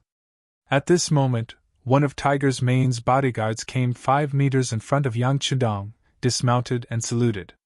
"Sixth young master, our division commander led the army to pursue the enemy." "Oh!" Yang Qindong's eyes flashed. He could understand Tiger's Mane's feelings. After the previous defeat, he wanted to prove himself through a big battle. Now that the enemy had fled in panic, it was indeed a good opportunity to pursue. However, when he thought of Fan Yuhai's various methods, he was still a little worried. He looked at the captain of the 1st Guard Squad, Chiu Vi, and asked, "Have all the regiments reported their positions? Who is the closest to the independent division?" "Reporting to the 6th young master, the 1st Regiment of Tatar Cavalry is killing the enemy outside the city. There is also the ferocious Tiger Regiment and the 1st and 2nd Regiments of Cavalry in the city." "Good. Immediately inform Commander Suhi, tell him to put down the matter at hand and use the fastest speed to chase after the independent division and provide support. Also, inform the ferocious Tiger Regiment and the 1st Regiment of Cavalry to follow us to the north." He knew that a thin camel was bigger than a horse. Once the Mongol tribes in the north stabilized their morale, the independent division would not be able to defeat them. Chapter 838. After the order was given, other than the 2nd Cavalry Regiment, the other regiments and battalions followed Yang Qindong to the north of the city. At this moment, 100 miles away from the north of the city, Tiger's Man's independent regiment had clashed with Kambala's 10,000 cavalry, and a huge battle had begun. When two armies met on a narrow path, the courageous would win. After the two armies unexpectedly met on the battlefield, without the slightest bit of nonsense, the two sides fought together. Gunshots, shouts, and roars mixed together. No matter if it was Tiger's Man or Kambala, they were both very prideful people. Since they started fighting, they would not back down easily. Just like how a mountain could not contain two tigers, only one person could stand on the battlefield. First, a series of gunshots rang out, killing hundreds of enemies in the dark night, and the distance between the two sides was pulled closer. Withdrawing 6 battalions of musketeers, Tiger Brilliance led the other 8 battalions of cavalry to personally lead the charge, becoming the tip of an arrow as they charged towards the enemy formation. In the dark night, in order to see the situation around them clearly, both sides had no choice but to light up their torches. From afar, the battlefield looked like a walking fire dragon, majestic and shocking. In terms of military strength, Tiger's Edge was still at a disadvantage. He only had a little more than 3,000 men, but he had to fight with 10,000 cavalrymen. However, that didn't mean that he would lose. With his strong fighting spirit and the constant harassment from the 2,000 musketeers, he wouldn't show any signs of defeat in a short time. Both sides fought together, and from time to time, there would be warriors falling off their horses and dying. It was not the arrow that pierced into the Mongol cavalry and dealt them heavy damage, but it was the arrow that was completely surrounded by the enemy's forces, and in the end, when there was only one person left, all of them would die. The cruelty and mercilessness of the battlefield was vividly displayed at this moment. In less than an hour, both sides had paid a heavy price. Slowly, the advantage of the Mongol cavalry's numbers was revealed. This time, Kambala had brought elite cavalry. In terms of fighting ability and individual strength, they were only slightly weaker than the independent regiment. This could be made up for by the advantage in numbers. Luckily, when the independent regiment was struggling, the 1st Tatar Cavalry Regiment arrived. Regiment Commander Suhi shouted, and fresh troops entered the battlefield. The addition of this new force caused the tilted battle platform to become more balanced. Seeing more and more mercenaries, Kambala's mood also changed. His mission was not to destroy the mercenaries behind him, but to block them and buy time for the main force to retreat. Now, it seemed that more than 2 hours had passed, and the sun was about to rise. His mission was complete. Even if he retreated now, no one could blame him. At this moment, he was thinking about retreating. Hu Meng seemed to have seen through Zamubila's thoughts. How could he be willing to give up? It was not easy for him to seize this opportunity. He would definitely not let the other party escape. After giving the order, the entanglement became even more intense. It was as if they were both in the same boat. As the battle continued, the disadvantage of the Mongol cavalry became more and more obvious. They were elites, but this battle was not to attack but to stop the enemy. It was the same as them using their lives in exchange for others to escape. It was impossible for them to not be angry. This kind of battle was not what everyone liked. If they won, they would only complete a military mission. If they lost, they might lose their lives. It was really not a good job. In the beginning, they had the advantage, so it wasn't a big deal. But now, their advantage was getting smaller and smaller, and the sun was about to rise. Once the main force of the mercenaries caught up with them, wouldn't they all be wiped out here? Everyone was selfish. The cavalry who did not want to die started to find a chance to retreat. Facing the attacks of the mercenaries, they did not resist as fiercely as before. The morale of the troops was obviously shaken at this moment. As the main general, Kambala was naturally deeply affected. He could understand the mentality and situation of the soldiers, so he did not blame anyone. He steeled his heart and decided to abandon the 1,000 cavalry to stop the mercenaries while he led the main force to escape. He even had the thought of cutting off his own losses. But before he could think about it, a large number of torches appeared in the west and were quickly moving towards the battlefield. Just based on the direction, it should be the main force of the mercenaries. At this moment, he did not give Kambala any more time to think. He turned around and fled. As he retreated, he shouted for the other cavalry to retreat with him. The mercenaries' reinforcements had just appeared. If they escaped now, they still had a chance. But the moment they were surrounded, they would not be able to find a way out. Zamubila decisively chose to retreat. He didn't even have the time to arrange who would cover his retreat. He wanted to seize every minute to escape. However, he also didn't think about who his opponent was this time. Even if Yang Chidong arrived with his troops, how could he let the fat meat in his hands escape? Long before he appeared, he had already arranged for the leader of the ferocious Tiger Regiment, Xiao Feng, to circle behind them and set up a formation. The predecessor of the ferocious Tiger Regiment was the Cold Vanguard Regiment. The old soldiers were not only equipped with the 95 style, they were also equipped with 7 steel crossbows. No matter if it was close combat or long range, they could be called the king. With such an elite army placed there, how could you escape just because you wanted to? Kambala did not know this. But very quickly, he realized that the situation was not right. The retreating army continued to fall on the path of the charge. The continuous firing of the muskets was like firecrackers being lit. It continued to ring out. Every time a bullet was fired, there would be a cavalry soldier falling off his horse. Stop the charge! Seeing the continuous casualties, Kambala finally knew that his path of retreat was cut off. Since that was the case, he turned his horse around and decided to fight to the death with the mercenaries. Compared to the unknown path ahead, it was better to turn back and fight the mercenaries head-on. If he was lucky, he might be able to kill his way out. Even if he was unlucky, he might be able to kill 2 more enemies. Kambala turned his head and launched a counterattack. His horse galloped forward. He had the idea of charging forward recklessly and fighting his way out. However, his luck was too bad. He met the 2 generals Tiger's Man and Su He head-on. 2 against 1, heart against heart. After clashing with 3 blades, Kambala's chest had a wound of about 40 centimeters. Fresh blood quickly flowed out from the wound. The strength in his body was also rapidly draining away. Just like that, a fierce general stepped into a dead end. "General Kambala, surrender!" Seeing the fatally wounded Kambala, Tiger's Man lowered his cavalry blade and said with a trace of admiration.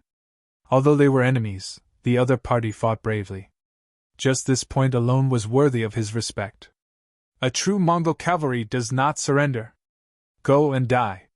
Summoning the last bit of strength in his body, after a roar, Kambala continued to gallop forward. It was as if he wanted to perish together with Tiger's Man. The cavalry blade flashed. A blade to the throat. Tiger's Man firmly held onto the cavalry blade that was still dripping with blood. Beside him, Kambala's body trembled. Then, with a plop, he fell off the horse. His eyes were wide open, indicating the unwillingness in his heart when he died. However, if he knew that he was only used by Fan Yuhai and that his head was delivered to the hands of the mercenaries by his allies, he might not be able to close his eyes. Kambala died in battle and the sky began to brighten. The situation on the battlefield was so clear. Under the encirclement of cavalry and muskets, the Mongol cavalry finally put down the curved blades in their hands and knelt down to surrender. This battle was not bad. Seeing that at least 4,000 Mongol cavalry were captured, and they were the elite type, Yang Qindong revealed a gratified expression when he looked at Tiger's Man. Before, he was really worried that after the last battle, Tiger's Man's fighting spirit would be shaken and he would be afraid. Or if that was the case, he could only keep this person by his side and do some things that he could do.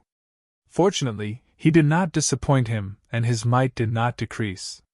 After being praised by Yang Qindong, Tiger's Man's tiredness immediately disappeared. He opened his mouth and laughed. With these words, everything was worth it. Okay, the independent division will stay and clean up the battlefield. The other regiments will follow me back to Wanda City. There is still a big battle waiting for us. Yang Qindong stretched out his hand and patted Tiger's Man's shoulder. He turned around and shouted to the other regimental commanders who had gathered. While he was on his way to help Tiger's Man, the 2nd Tatar Cavalry Regiment had sent news that they had surrounded Agadorji and his 10,000 men in Guangwu City, which was not far from Wanda City. This news almost didn't make Yang Qindong turn around. He knew that rice had to be eaten one bite at a time. In the end, he decided to help the independent division solve the problem first before going to Guangwu City to help. Considering that he only had 1 regiment, and it was not a full regiment, he was afraid of losing the situation. He also ordered Lujwa's 2nd Cavalry Regiment, who was cleaning up the battlefield in Wanda City, to send a battalion to help. He also arranged for the reconnaissance battalion, Su Yunxing, to bring reinforcements. Now that the matter here was finally solved, it was time to go to Guangwu City to take a look. To tell the truth, this time's decision was somewhat beyond his expectations. Before the battle, he had only given orders to the regimental commanders to act according to the circumstances. He did not expect that his regiment could actually blast 10,000 enemies into Guangwu City. Speaking of which, this decision was not a coincidence, but a manifestation of his own superior wisdom. After receiving the military order, he took the 2nd Tatar Cavalry Regiment, which only had 2,000 men, into Wanda City. He sent people to inquire about the situation in the city. With the help of the reconnaissance battalion, he learned that Agadorji had left through the west gate. He also learned that this person had been shot in the shoulder, and was afraid that he would not be able to move quickly. After that, a bold idea was born in his mind. Chapter 839. After Shobai gave the order, a rumor spread that Sud Khan and Fan Yuhai had been ambushed, and their lives were in danger. Many of the Mongol soldiers had already surrendered to the mercenaries. At the same time, he ordered his soldiers to hold 4 torches each and chase after the Tatar army under the cover of the night. As soon as the rumor spread, the scout at the rear reported it to Agar Dorji, who was fleeing in the carriage. The gunshot wound on his shoulder was no longer bleeding, but the bullet had not been removed. Every time he moved, he would feel excruciating pain.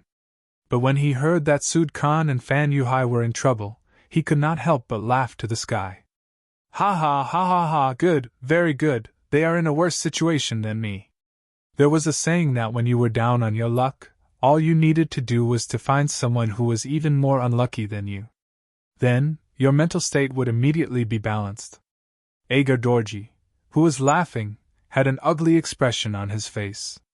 He was worried about his situation, especially when he heard from his subordinates that there were mercenaries chasing after him.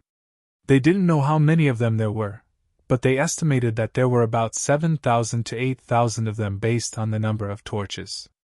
Agar Dorji's expression became even more bitter as he thought that the main force of the mercenaries was targeting him.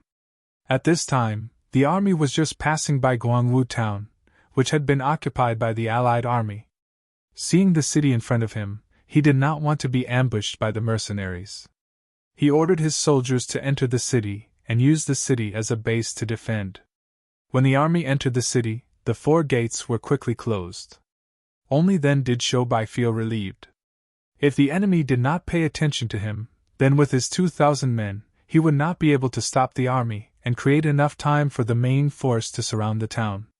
Now that they had entered the city, they were like turtles in a jar, at the mercy of the mercenaries. The sky gradually brightened, and a battalion of the 2nd Regiment of Reinforced Cavalry and the main force of the Reconnaissance Battalion arrived at Guangwu town, cutting off the enemy's escape route. The Tatar cavalry, who had been running for most of the night, were now guarding the city. Although there were not many mercenaries surrounding the city, they did not intend to rush out of the city. In their view, with the protection of the city, it was much better than being surrounded on all sides of the grassland. In the morning, Yang Qindong and the main force of the mercenaries finally arrived at Guangwu town. When he saw that the city was completely surrounded, the 6th young master's face revealed a smile. Good, good, this time Shobai has done a great service. 6th young master, you flatter me. It's just a little trick. Shobai did not dare to claim the credit. Ha! It would be great if every general had this kind of little. Yang Qindong was still chuckling. He then patted Shobai's shoulder, full of appreciation. Previously, Shobai had suddenly been promoted from a fallen general to a regiment commander. During this time, he had not made a single contribution, only following Yang Qindong to the capital. This had caused the dissatisfaction of many people, but no one dared to challenge the authority of the 6th young master. Now, reality had given those people a slap in the face. At this time, Yang Qindong had openly said that if other officers had this kind of ability, they would also be promoted and placed in important positions. There were many brave and fierce generals in the mercenary army, but there were too few people who could hold their own. And those who had this kind of ability were now division commanders. The other regimental commanders were brave in battle, but they lacked the necessary tempering. With this order, the mercenary army surrounded Guangwu so tightly that not even a drop of water could pass through. Any other army would have been waiting for the Tatar army to break out of the encirclement, or for them to surrender when they ran out of provisions. It was just a town, and without any preparations, there was no way it could support an army of 15,000 soldiers. But in Yang Qindong's eyes, he wasn't willing to wait any longer. 2 mortars were pulled to the foot of the city wall. Every 8 hours, 2 shells would be fired at the defeated Tatar army. These aimless shells seemed to fall anywhere. As they crashed into Guangwu town, the Tatar soldiers began to scream in pain. They lacked food and clothing, had no future, and could fall at any moment. How long could they last? In the impenetrable encirclement of Guangwu town, which had no water source, after just 4 days, some people began to drink from the snow on the streets and roofs. But the weather was getting warmer, and there was not enough snow, so the situation became even clearer. 7 days later, after being shot, lacking medicine, and having Hilario's corpse hung outside the city, the chaotic King Agadorji died in a fit of rage. Like a dragon without a head, it opened the door and surrendered. Without wasting a single soldier, the 15,000 Tatar cavalrymen surrendered, and the mercenaries returned to the first city with the might of a great victory. This battle lasted for a total of 11 days. The shattering Ming army, injuring Sud, killing Agadorji, and the mercenary army returned to the city. In the beginning of spring, the grass began to sprout, and the willow trees were green. A new wave of construction in the city had begun.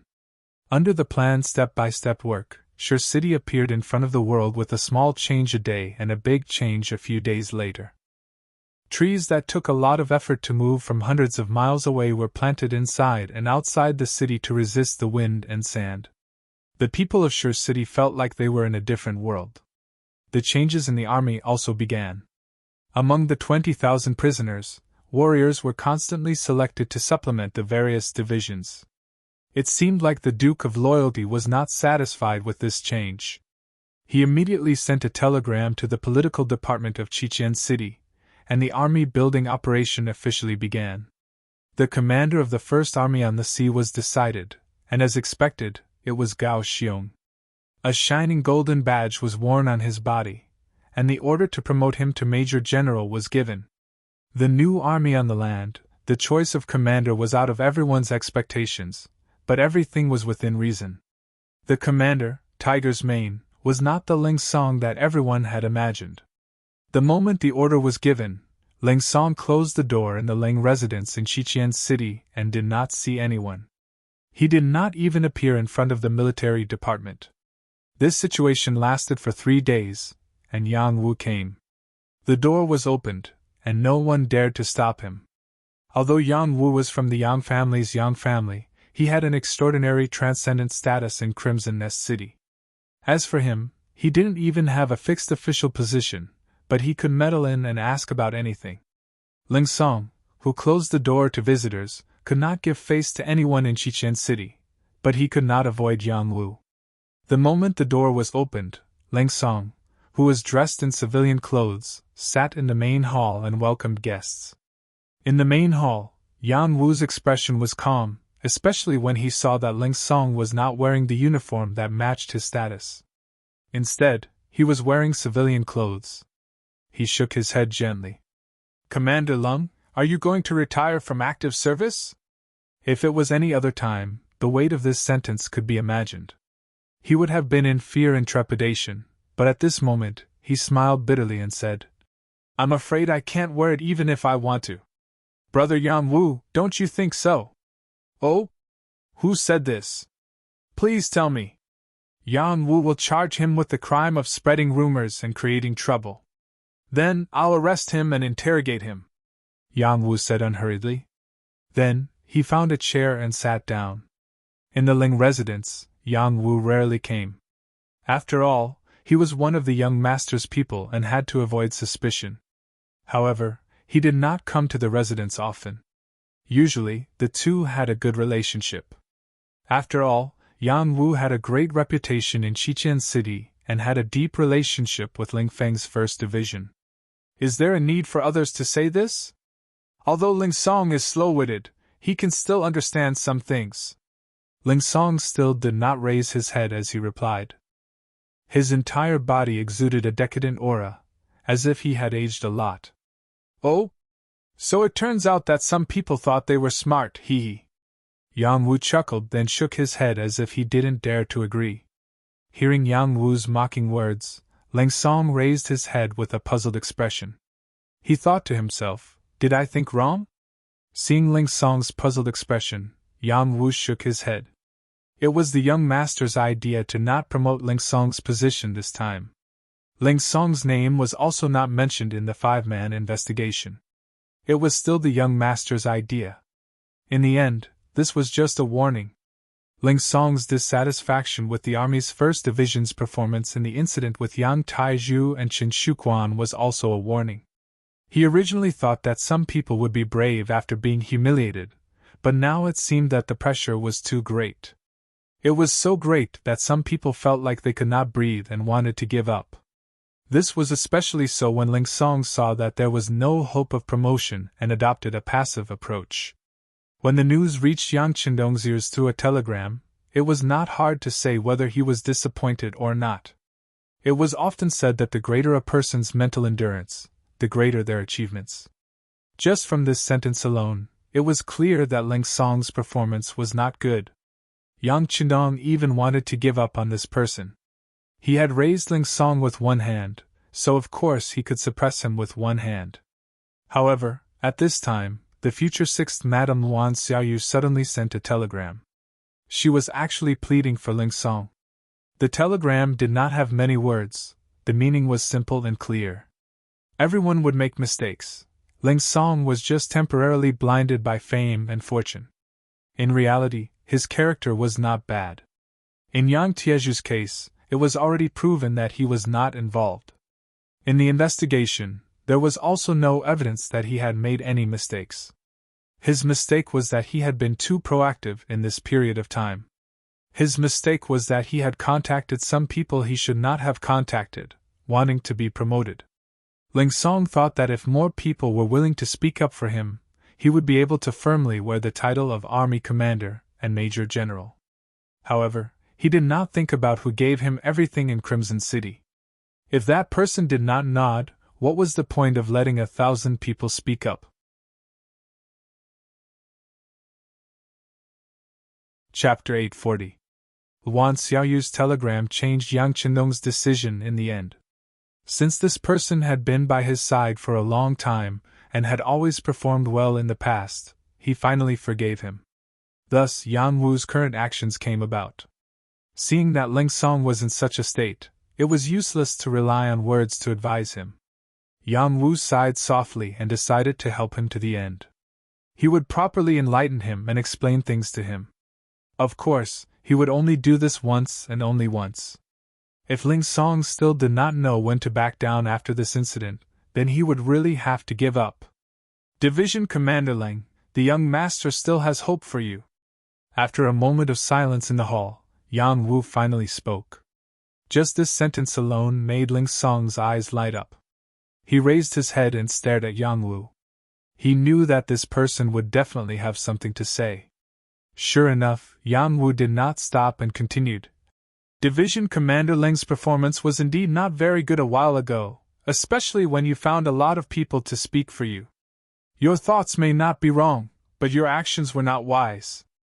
Don't you know that the people you're looking for, everything they have was given to them by young master? Their identities, including yours and mine, can be taken back at any time as long as the young master is willing? I did not mean to pressure him. I just... Ling Song anxiously explained. All right, Division Commander Ling does not need to explain to me. There is also no need for this because the young master has never cared. Otherwise, I would not be saying this to you now. However, there are some things that you can do once but absolutely cannot do a second time. Otherwise, even if Division Commander Luan pleads for you, I'm afraid it will be useless. This sentence revealed a bit of information. After digesting it, Ling Song's eyes widened. Luan. Division Commander Luan pleads for me? The so-called Division Commander Luan was naturally Luan Xiaoyu. However, it was precisely because of this that Ling Song's face was filled with disbelief. Be it in public or private, the relationship between the two was very ordinary. Except for the necessary contact at work, there was no personal relationship. There were even many times when Luan Xiaoyu's attitude towards Ling Song could be described as cold. Ling Song did not expect that the 6th Madam would plead for him under such a relationship. However, these words came from Yang Wu's mouth, and they were so true that no one could doubt them. When Yang Wu saw Ling Song's surprised gaze, he sighed again in his heart. The word benefit was indeed very powerful. Usually, Ling Song was calm and orderly when he did things, as if he had the demeanor of a great general. However, when it came to his official career, he was unable to remain calm. Yang Wu didn't want to explain anything. Commander Lung, think about it carefully. Now that he looked back at the cause and effect of the incident, these two people were guilty. But what about the others in Crimson City? Including himself, did he not have any responsibility at all? At the same time that he gave others power, he did not teach them how to use this power well, nor did he have enough supervision measures. It was fine if there was no problem with this kind of power, but once there was a problem, it would be a big problem that might involve himself. After the previous experience, Yang Qindong would undoubtedly be more careful when using people. This time, he did not promote Ling Song to the position of commander, but instead promoted Tiger's Mane by 1 rank. Of course, through this matter, Yang Qindong was also telling the officials in Crimson City that there were some things that only he could decide. What should be given to you, will be given to you. If he didn't want to, no matter how hard you tried, or how many people you secretly gathered, it would be useless. At the very least, before Yang Xia was completely strong, this rule would not be changed. Yang Qindong thought in his heart. Speaking of Tiger's Mane, he had followed him since he was young, and was the one who would not go against his will the least. This kind of person, with experience and ability, why couldn't he be promoted to commander first? It was just that with Yang Qindong's actions, the one who suffered was Tiger's Mane, he felt an enormous pressure. Especially for him, who had just suffered a huge defeat, the pressure was even greater. At the same time that he carried the heavy responsibility, the pressure came with it. All the changes in Tiger's Mane were within Yang Qindong's expectations. But at the same time, this kind of change was delightful, because it proved his growth, proved that Tiger's Mane was moving from an intermediate officer to a senior officer. As long as he could get through this, it would be much smoother for him when he did things in the future. Let's go and take a look at the new army. Yang Qindong stood up. Since he had chosen to put the heavy responsibility on Tiger's Mane, he naturally wouldn't just move his mouth. When it was time to put in effort, he would put in effort. The new army's barracks were still the same as the old barracks 10 miles outside the city. The only difference was that they had heavier responsibilities. Since it was called an army, there would naturally be divisions under it. The new army had 3 divisions, 3 regiments, and 1 battalion. The 3 divisions were the Independent Division, the Tatar Division, and the Recruit Division, led by Xian Honghai Su He and Lu Zhua. Tiger's Mane was the commander, and Shibi was the deputy commander. The 3 regiments were the Heavy Cavalry Regiment Commander Zhui Feng, the Light Cavalry Regiment Commander Ma Xiangshan, the Direct Cavalry Regiment Commander Deng Yu, and the Reconnaissance Battalion Commander Ding Shan. Among them, the divisions had 15 battalions plus 1 Direct Cavalry Regiment, totaling 6,100 people. The regiments had 5 battalions, totaling 2,000 people. The Reconnaissance Battalion had 5 companies, totaling 500 people. The 3 divisions, 3 regiments, and 1 battalion had a total of 24,800 people. On the surface, other than Wind-Chasing Wolf, everyone had been promoted, especially Shibi, who had soared to the sky in 1 step. He had been promoted from the regimental commander to the deputy commander. That was a big step. But in fact, Wind-Chasing Wolf was leading a heavy cavalry regiment. Although there were only 2,000 people, which was not as good as before, they were the elites of the elites. They were equipped with the most advanced armor, and had several times more combat power than their actual number. To put it this way, if they didn't use firearms and only charged at the other party on the grassland, even a division wouldn't be able to do anything to them. On the contrary, there was a high chance that they would be defeated. It was precisely because he had the strongest warhorse, the best armor, and the most elite warriors that Wind-Chasing Wolf was still very happy even though he didn't get promoted this time. This was the cavalry team he had asked for before. It could be said that he had asked for benevolence, and got benevolence.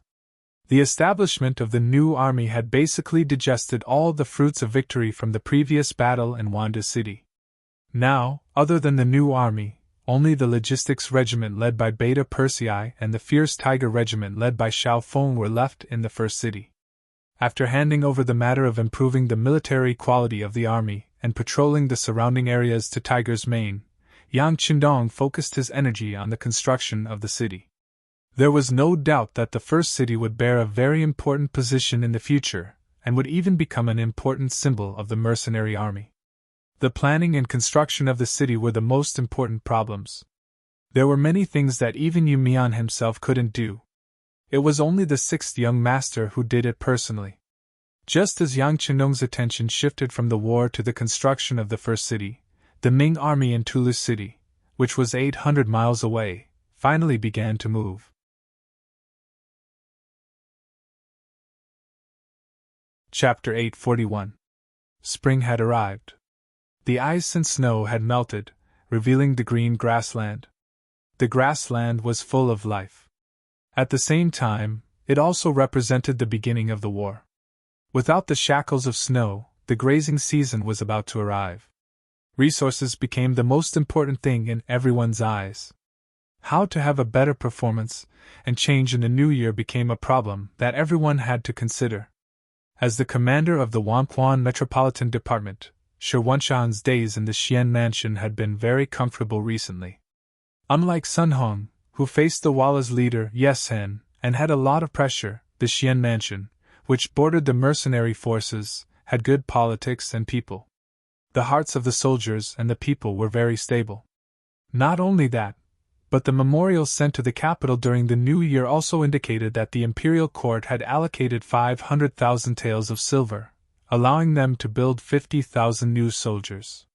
With money, it was easy to do things. Shi Wanshan's ambition grew. He only had 20,000 soldiers now. If he could have 50,000 more, his strength would increase by more than one level. Since the imperial court had agreed, he immediately took action. First, he recruited soldiers in the Xian Mansion. Soon, 30,000 new soldiers were in place. However, he was still not satisfied. In his opinion, the best source of soldiers was the Mongols. Not only were their bodies stronger than the Han people, their equestrian skills were better, and the most important advantage was that there was no need to worry about using these people. Even if they died on the battlefield, the compensation given would be very low. Most people could even not give it at all. He had sent people to inquire, and found that many Mongol soldiers had been recruited in the beginning city. Among them, there were Walla soldiers, Tatar soldiers, Mongol soldiers, and Nizan soldiers. Moreover, the scouts he sent out to inquire reported that the number of soldiers in the beginning city was unimaginable. Countless people cried and shouted that they wanted to join the mercenary army, but they had no way to do so. This news greatly boosted Shi Wanshan's spirit. He saw an example and decided to follow suit, and use the same method of recruitment. The master of the beginning city was just a loyal duke appointed by Ming. Then, if he recruited soldiers in the name of Ming, wouldn't he be more popular? Thus, at the beginning of spring, there was an additional recruitment office under the city of Tulu, responsible for welcoming the warriors and men of the grasslands. The idea was beautiful, but the reality was often cruel. The recruitment office had been set up for nearly a month, but the number of Mongolians who had actually signed up for the army was few and far between. All in all, there were no more than 50 people, and most of them were weak men. It was impossible for Shi Wanshan to see the recruitment office filled to the brim with people fighting to enlist. Shi Wanshan was a smart person. He quickly found the reason. Only then did he realize that the reason why the beginning city could easily recruit soldiers was because of the reputation of the war god of loyalty. The mercenaries had relied on their fists to forcefully conquer a piece of the world and become known to the world. After figuring this out, he naturally wouldn't be convinced. He quickly got his two deputies, Ancient River and Ning Wenfeng, to discuss the matter of sending troops to Mount Sion. As a part of the Tatars, Mount Sion was placed here by the great Khan Tuachuo Buhua to block the path of the great Ming dynasty. However, this huge rock gradually lost its effect after the sudden appearance of the beginning city and the capture of Tulu City. Shi Wanshan didn't know why the Duke of Loyalty didn't take action to remove this nail. However, even if the Duke of Loyalty didn't do it, it didn't mean that he would. Especially now that Toulouse City had fallen into the hands of Ming, the threat of this place was already close at hand. By sending troops to Mount Sion, they could make a name for themselves and let the warriors of the grasslands know that there was not only the beginning city, but also Ming's army. In addition, by occupying this place, it was equivalent to having one more front station for Ming to send troops to intervene in the grasslands in the future. Do we need to report this matter to the beginning city? Ning Wenfeng, who was the commander and was also Shi Huanshan's think tank military advisor, asked. No need. With our strength, we can take down Mount Sion by ourselves. Shi Huanshan shook his head. In his opinion, perhaps this action wouldn't make the Duke of Loyalty happy. Once he was notified, what if he didn't agree? What should he do then? Seeing that Shi Huanshan had made up his mind, the commander, Ancient River, who was sitting at the side, stood up and said, All right, since that's the case, I'll lead the troops to fight. 3 days later, 15,000 Ming soldiers set off from Toulouse City toward Mount Sion, which was 400 miles away. Among them, 5,000 were new recruits. On the city wall, as the guarding eunuch, Deng Chang, watched as Ancient River, who was dressed in armor, led the troops away, he spoke in a hoarse voice. Commander Shi, I can fill in the memorials for the expedition later, but we must win this battle. Otherwise, I'm afraid that there will be people in the imperial court who will cause trouble for us. Haha, don't worry, eunuch Deng. With General Ancient River leading the troops, there will only be 8,000 enemies on Mount Sion. There won't be any mistakes. Shi Huanshan looked confident. From all the information he had gathered, this battle wasn't going to be difficult. However, after 5 days, a letter requesting reinforcements was sent back to Commander Shi in Toulouse City. The letter was personally written by General Ancient River. When he arrived at the foot of the mountain, he prepared to attack the city. However, on the 3rd day, when the army launched their attack, they were blocked at the Black Stone Slope. Relying on the advantageous terrain, the Tatar army continuously counterattacked. After charging again and again, 4,000 soldiers died in battle, but they still didn't achieve any results. Not only that, but the 5,000 new recruits were also heard by the army. No matter what orders were given, they weren't willing to charge together with the old soldiers. Seeing that there were only 6,000 men left, Ancient River had no choice but to ask for reinforcements. In the past, all the information said that the Mongol army was useless. When faced with the attacks of the mercenaries, they were often quickly defeated and showed signs of defeat. This made Shi Huanshan think that the Mongol cavalry had also fallen and that their combat strength was not as good as before. However, now that they had actually fought, he knew that it wasn't that the Mongol army had fallen back, but that the mercenaries were too strong. However, since things had come to this, there was no turning back. At this moment, there was no possibility of stopping and retreating. If he really did that, the morale of the army would definitely be shaken, and the recruitment of new soldiers would naturally be unable to continue. Send the troops. This time, I will personally take action. I will lead 5,000 soldiers.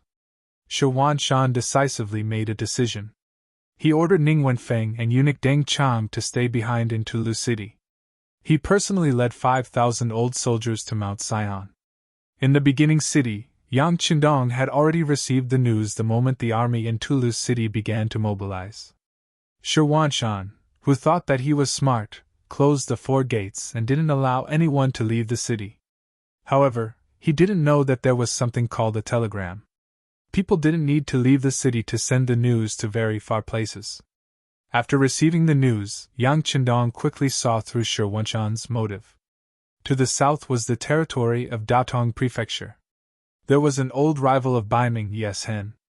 If they begged him not to harass them, they would be very lucky. Then, they would definitely not find trouble with him.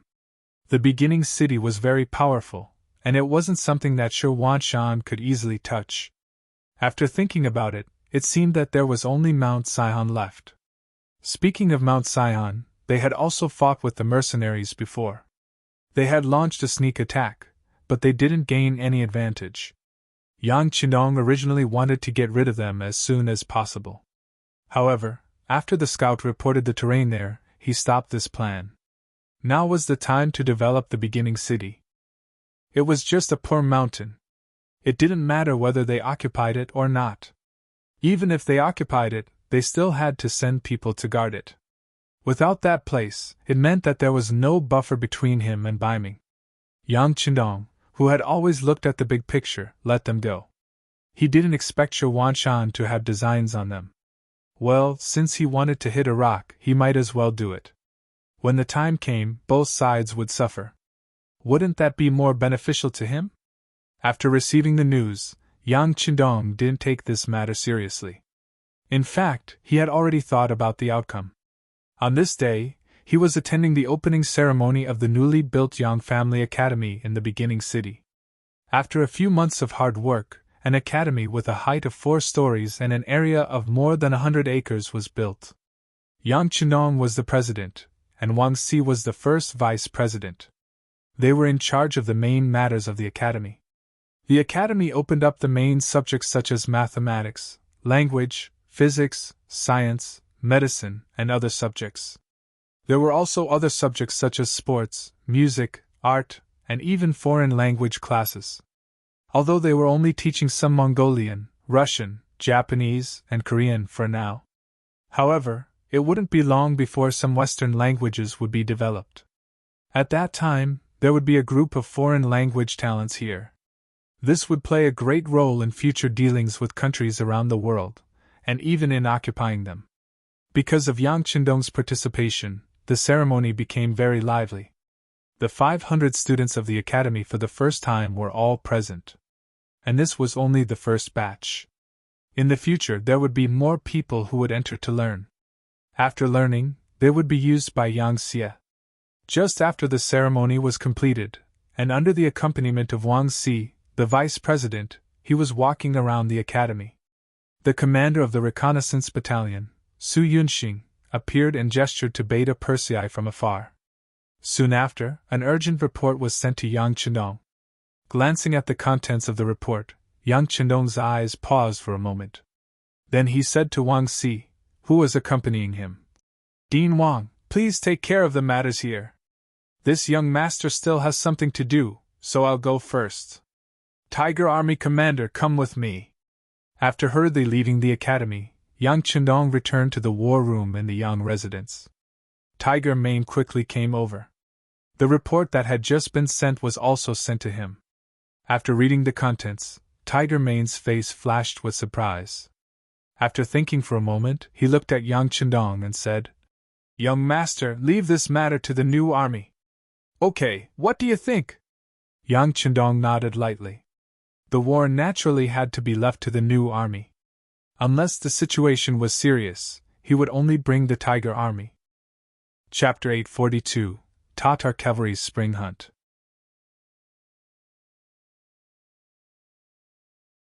Chapter 842. At this moment, Shu Wanshan had already arrived at the foot of Mount Saihan with 5,000 reinforcements. Not only that, he had already launched 2 attacks. Under the ferocious attacks of the reinforcements, they had already taken over half of the magnetite slope. The dawn of victory was right in front of them. "Report!" A scout on a fast horse suddenly appeared in front of the Ming army's tent. Then, the cavalryman, who was sweating profusely, jumped off his horse and knelt on the ground. "Commander, a large number of Tatar cavalrymen suddenly appeared 50 miles behind us. They are heading straight for us." "Behind us?" Shu Wanshan's face turned cold when he heard the report. His eyes were filled with disbelief. Ancient River, who was standing at the side, was also shocked. "What's going on? Are you sure it's the Tatar cavalrymen? Where did they come from? How many of them are there? We don't know where they came from, but there should be around 40,000 of them."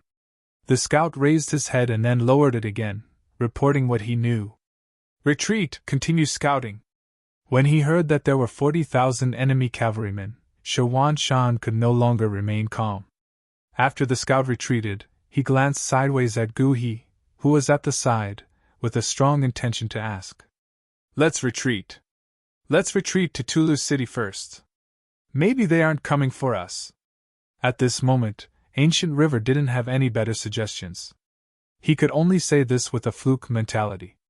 Okay, prepare to retreat immediately. We don't have much time left. It was only 50 miles away. The cavalrymen would arrive in the blink of an eye. It didn't matter if these people were coming for them or not.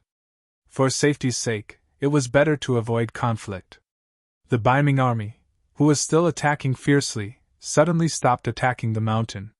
Then, they began to prepare to retreat. In order to speed things up, they even decided to abandon some of the less important supplies. Within an hour, 2,000 men of the vanguard were sent out.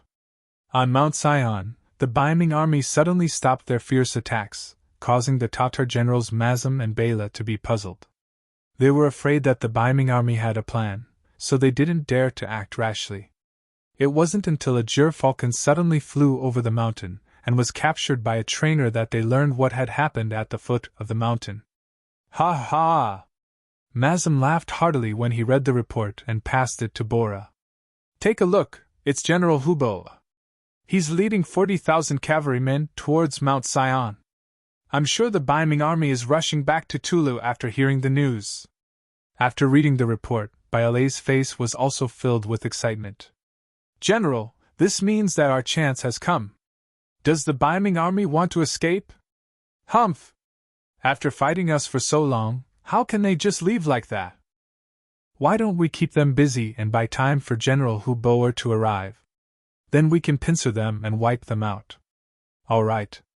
However, we still have to be careful of the mercenaries in the origin city. How about this? We'll leave 2,000 men behind and take 4,000 down the mountain. Mazum suggested. Bora nodded in agreement and led the 4,000 cavalrymen down the mountain, leaving 2,000 soldiers behind. After fighting with the Ming army for several days, they had lost 2,000 men. The remaining 2,000 were their final strength. Shirwanshan didn't know that he had been targeted. He also didn't know that the Tatar army's original target was them. The 40,000 cavalrymen led by Hubo were one of the great Khan Toachro Buhua's subordinates. They took advantage of the warmth of spring and the blooming of flowers to appear in the grasslands.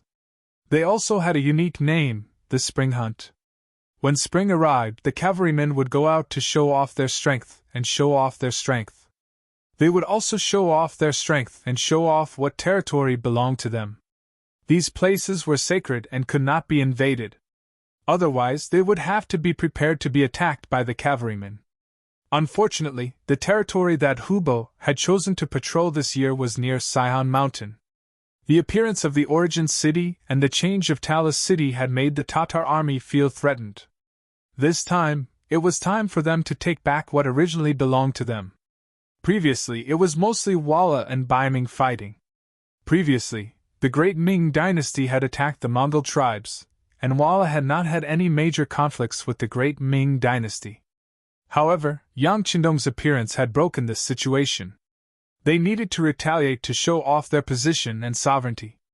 It was under such circumstances that Hubo led his 40,000 cavalrymen into the grasslands. Along the way, the scouts at the front had sent news that when the Ming army was attacking Sion Mountain, Hubo had led his army over. They wanted to start with the Ming army that dared to cross the line. As the army headed down Mount Sion, in the middle of the troops, Hubo received news that the North Ming army was making a move and wanted to retreat. A vicious look flashed across his face. You want to retreat? It's too late. Where's General Gar? I'll give you 5,000 cavalrymen. Set off first and stop the Ming army from retreating to Talus city. The main army will follow soon. Understood. A Mongolian general dressed in armor cupped his fists in acknowledgement, then galloped out on his horse.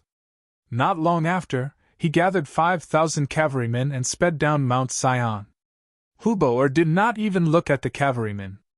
With 5,000 cavalrymen paving the way, he was confident that the Ming army would not be able to escape. At this moment, while hurrying, he said to Mu Rin beside him, General Mu, continue to tell me about the war god. Mu Rin originally belonged to the Tatar faction. Previously, when the Mongol tribe wanted to surround the city, he saw that the situation was not good and immediately escaped. He met up with General Chiga of Guangwu town and left the region together. There were mercenaries in front and the Mongol army in the north. Under such circumstances, they were weak and could only give up on defending this place. They wanted to go to the south to find Tua Tua to work for the Great Khan. However, they did not expect to meet Hubo, who had come for the spring hunt. Both sides gathered together, and their army reached 50,000. Since Hubo had asked, Murin naturally had to answer. Yes, General. Speaking of this war god, he is indeed very famous. In this region, everyone who hears his name trembles in fear. After he changed Arakamaki to the first city, he defeated Agar Dorji's 50,000 soldiers and the 20,000 soldiers of the Mongol tribe in the north of the desert. Not to mention the changes in Hubo's heart after hearing Muren's words, just the sudden appearance of 40,000 Mongol cavalrymen in Talas city, and according to the scouts, there were 10,000 soldiers following behind them. When Ning Wenfeng heard this, he immediately felt the severity of the situation. The Wanquan Metropolitan Division had 20,000 old soldiers. Previously, General Ancient River had taken 10,000 with him. Later, General Shi Wanshan took another 5,000. Now, he only had 5,000 soldiers left, of which 2,000 were in charge of training the new soldiers in the Xian manner. He only had 3,000 old soldiers. With 3,000 Mongol cavalrymen, 40,000 cavalrymen, and 10,000 infantry, it was impossible. The best thing to do now was to defend the city, but whether or not they could do it was another matter. However, this commander Qianshi unexpectedly made an unexpected decision. That was, he wanted to go out of the city to rescue and welcome back Commander Shi Wanshan. Perhaps in other people's eyes, once something happened to the commander and commander comrade, Qianshi would be able to smoothly take over the position. However, in the eyes of the smart Ning Wenfeng, this was not the case. If it was peacetime, he might use his brain. However, with the Mongol army at the border, he would not use his brain. If he wanted to stabilize the situation, the Wanquan Metropolitan Division and the Xian Manor could not do without Shi Wanshan. After making the decision to go out of the city, Ning Wenfeng only left behind 1,000 old soldiers to defend the city. At the same time, he sent someone to inform Deng Chang to send another 1,000 old soldiers and 10,000 new soldiers to defend Tala city. Then, he opened the city gates and left. The situation was very critical. Shi Wanshan, who had left behind a lot of supplies, wanted to immediately retreat to Tala city. At that time, he would still have a chance to defend the city. He moved quickly, but the Mongol army was not slow either. Soon, he received news that the 2,000 cavalrymen in the vanguard had been defeated and were retreating. The scouts said that the Mongol army's General Gar had defeated our vanguard with 5,000 cavalrymen and is on his way here. There's even worse news. Behind us, General Mazam of Mount Sion is also chasing us with 4,000 cavalrymen. What should we do? He asked Gu Wanshan anxiously. Clearly, the current situation was far worse than they had imagined. Let's go, he said anxiously. Kill. Carve out a path of blood. Let's return to Talas city before the enemy completely encircles us. Perhaps at this time, when Feng has already brought people over to us. Shi Wanshan replied after a short moment of silence. General Ning? Ancient River's eyes were filled with doubt. There's no doubt about it. Wenfeng sees the big picture. He knows the importance of the two of us at this time. If something happens to us, he won't be able to defend Talas city alone. He might even lose Xian city. At that time, even if the Mongol army doesn't take his life, the emperor will. Shi Wanshan said firmly. It had to be said that his years in the bandit den had given him a very accurate grasp of people's hearts. Seeing Shi Wanshan's confidence, Ancient River could only choose to believe him. All right, since that's the case, what should we do next?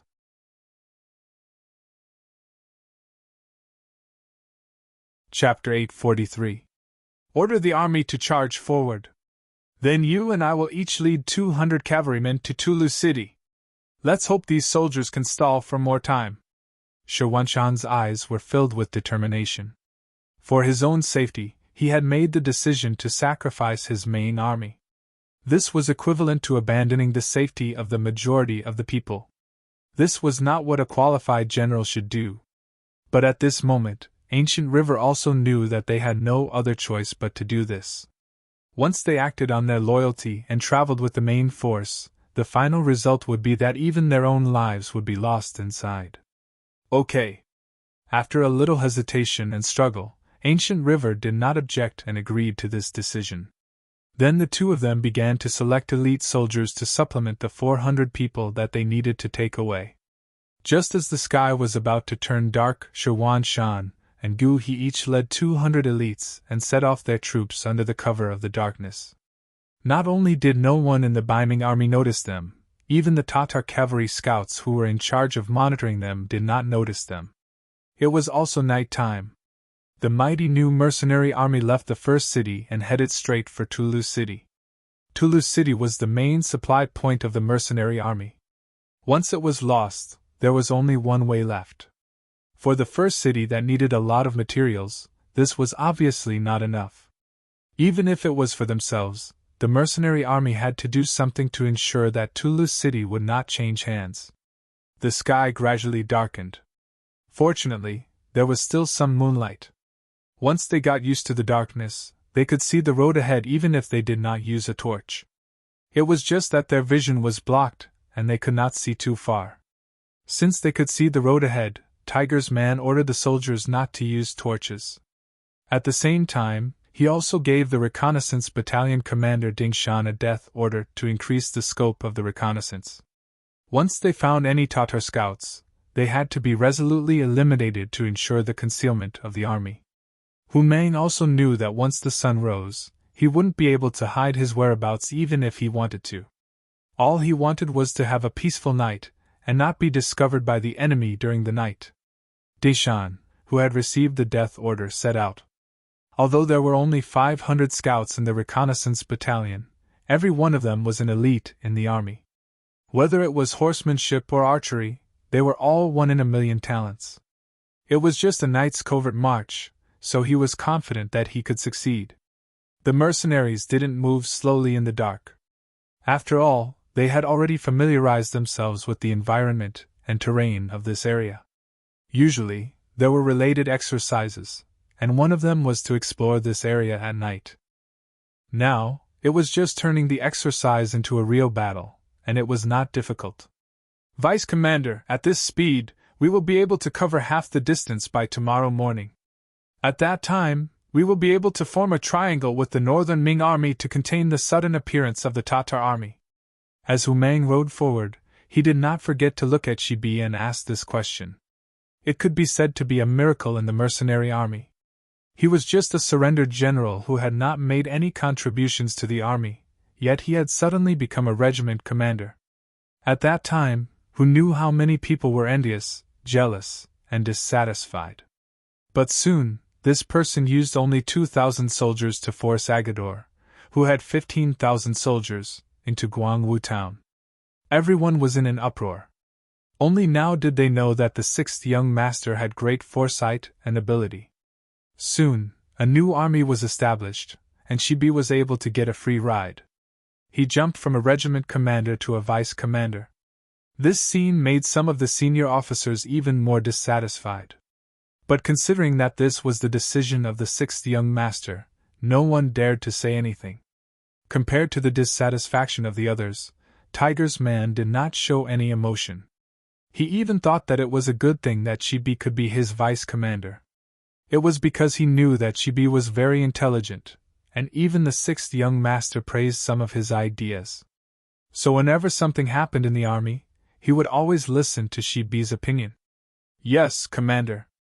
Our sudden appearance will definitely give the Tatar army a surprise. At that time, they will not be able to attack Tulu City. But at the same time, the pressure on us will not be small. We need to be mentally prepared. Shibi had been analyzing the situation on the battlefield the entire time. Although he was once a member of the Tatar army, he was now entrusted with an important task by Yang Chendong. All he thought about was how to repay this kindness. The so-called Tatar army, in his eyes, did not have any friendship. They were only enemies and opponents. Yes, we need to be mentally prepared. But fortunately, we still have 6 battalions of musketeers. As long as we do not take the initiative to attack, whoever wants to attack us will not be able to gain any advantage. Tiger's man nodded. Of course, he knew how much pressure it would be to defend Invincible City against 50,000 enemies by himself. However, he was not afraid. The new army was trained by him. Since the establishment of the army until now, they had undergone more than a month of hard training. Their combat strength had already reached the standard that he had expected. Although they could not be said to be very strong, there should not be any problems if it was just defense. You are right, army commander. But the musketeers can only defend against enemies in front. What if enemies appear behind us? Shibi first nodded in agreement, then raised his own doubts. Vice Commander, are you talking about the enemies on Sion Mountain? Didn't the scouts report that there are only 2,000 people left on the mountain? What kind of situation have they become? Tiger's man's face showed a trace of confusion and disapproval after hearing this. In his opinion, it was only 2,000 enemies. They would not even dare to go down the mountain. How could they be causing trouble? But no matter what, this is a kind of threat. The 6th young master once said that the best way to deal with threats is to eliminate them, and not let them exist between heaven and earth. Shibi's voice carried a hint of persistence at this moment. Since he was appointed as the vice commander, he had to plan for other things while he was in the position. Shibi even knew that the reason why he was promoted so quickly and even reached the rank of senior colonel, surpassing many seniors who had joined the mercenary army before him, was because the 6th young master wanted him to assist Tiger's man and help him fill in the gaps. Since he had already set his position, Shibi naturally knew when to persevere and when he only needed to give some pointers. Just like now, he could not back down. Otherwise, even if the 6th young master knew about it, he would be disappointed in him. With Shibi's persistence, Tiger's man's expression also became serious. He had followed Yang Chundong for so many years. How could he not know what the young master was thinking? Seeing that Shibi was not as obedient as he usually was, he asked, "Then, what do you think, Vice Commander? Take him out. If we do it well, we can even deal a heavy blow to the enemy reinforcements. Although we can't achieve a great victory, every enemy we kill will reduce some of the pressure on us in the future." Shibi immediately revealed his plan. It included a night attack on empty Sion, setting a trap, and waiting for the enemy reinforcements to arrive to deal a heavy blow to them, and so on. Tiger's man listened attentively to this battle plan and nodded in agreement from time to time. When Shibi closed his mouth, his heart was filled with a myriad of emotions. The vice commander that the young master assigned to him was truly a talent, a great talent. If they did as he said, it could indeed solve a lot of problems. Seeing that Shibi was so confident, Tiger's man knew that this battle had to be fought. He immediately said, "All right, we'll do as Vice Commander says. Take a look and decide which troops to send to carry out these missions." Since Tiger Edge cooperated so enthusiastically, he didn't dare to be careless. He proposed his own ideas in a suggestion manner. What followed was naturally approved by Tiger's man. Then, the army continued to move forward. However, as they moved forward, groups of soldiers separated from the army and began to move in another direction. The sky was getting darker and darker. It would be midnight in 2 hours. Gaul's 5,000 cavalrymen and Mazam's 4,000 cavalrymen launched a night attack on the Biming army's main force in a pincer attack. The iron hooves of the warhorses trampled on the ground. Amidst the rumbling, they charged ferociously again and again. Faced with a pincer attack from 2 sides, the Biming army, which was mostly made up of new soldiers, fell into chaos. When the Kiliarchs wanted to ask for instructions on what to do next, they realized that the commander-in-chief and the commander-in-chief were nowhere to be found. With the battle on the horizon and the commander missing, the already chaotic Biming army became even more chaotic. Faced with the charge of the Tatar cavalry, they scattered like birds and beasts, unable to put up any resistance. Countless Biming army soldiers were killed by the Tatar army. Countless Ming army soldiers had no choice but to throw down their weapons and kneel down to beg for their lives. Ha! Mazam, who had killed to his heart's content, couldn't help but laugh proudly when he saw tens of thousands of Ming army soldiers being wiped out. He had done a great service in this battle. When he saw Hu Boer, he would probably be rewarded. However, his laughter did not last long. The flames that appeared on Mount Saihan not far away attracted his attention. Vice Commander Bella had appeared beside him at some point and said with a panicked expression, "General, someone attacked Mount Saihan. It should be the work of mercenaries." Ayaya. Mazam thought that he had done a great service, but he did not expect his base to be destroyed. At this moment, Mazam was furious. "Men, immediately return to Mount Saihan. No matter what, we can't let the mercenaries succeed in their scheme." Mazam wanted to go back in person, but he was stopped by Plato in the end. "General, you can't do this out of loyalty. We've just won a big victory here. You can't leave yet. Otherwise, won't all the credit be taken by General Gore? How about this? I'll bring reinforcements. I'll only bring 2,000 cavalry. I believe that with the terrain of our mountain, it's easy to defend and hard to attack. The mercenaries won't succeed so quickly. Wait until you see Lord Hubo and ask for reinforcements. At that time, we'll attack from one side of the mountain and the other side of the mountain. Wouldn't it be better to achieve a great victory?"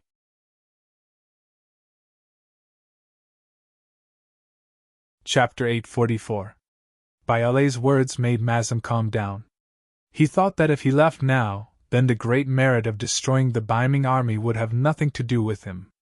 More importantly, even if he went back now, he would only be able to bring back 4,000 cavalrymen. Against the powerful mercenaries, they would not be of much use. It was better to stay here and ask for reinforcements after meeting with Lord Huboer. This was the only way to solve the problem. "All right, General Baila, I'll leave everything to you. However, you must be careful." Mazam listened to this suggestion. However, he did not know that this parting would be the final parting between him and Baila. "Please rest assured, General. Once I return to the mountain, I will defend it to the death and wait for General to bring reinforcements." There was no time to lose. After Baila finished speaking, he ordered 2,000 cavalrymen to quickly return. Saihan Mountain was easy to defend and hard to attack because of its geographical location. This had also made Mazam and Baila extremely confident. All of this had been proven when the Ming army failed to take it down. However, the mercenaries were not the Ming army.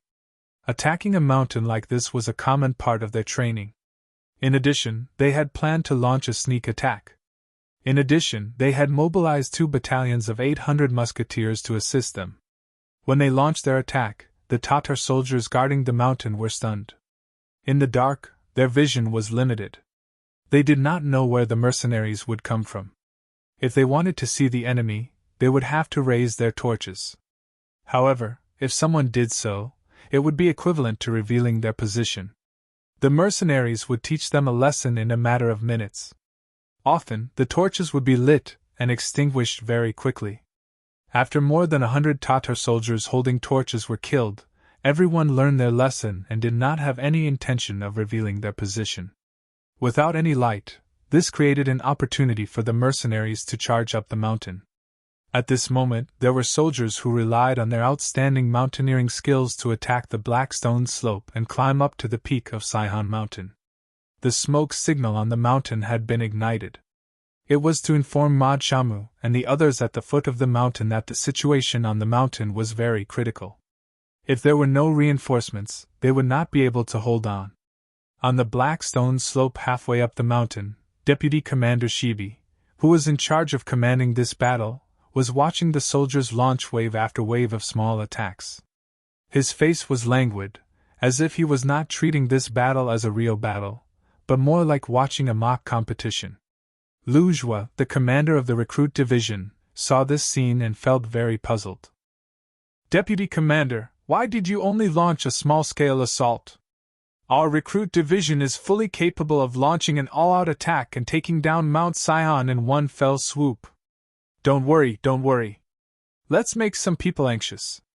The slow-paced Silk Bear wasn't in a hurry at all. He just chuckled as he rode on his horse and watched the new recruits launch small attacks in rows or companies. That's right, Commander Liu. This is a good opportunity to train the soldiers through actual combat.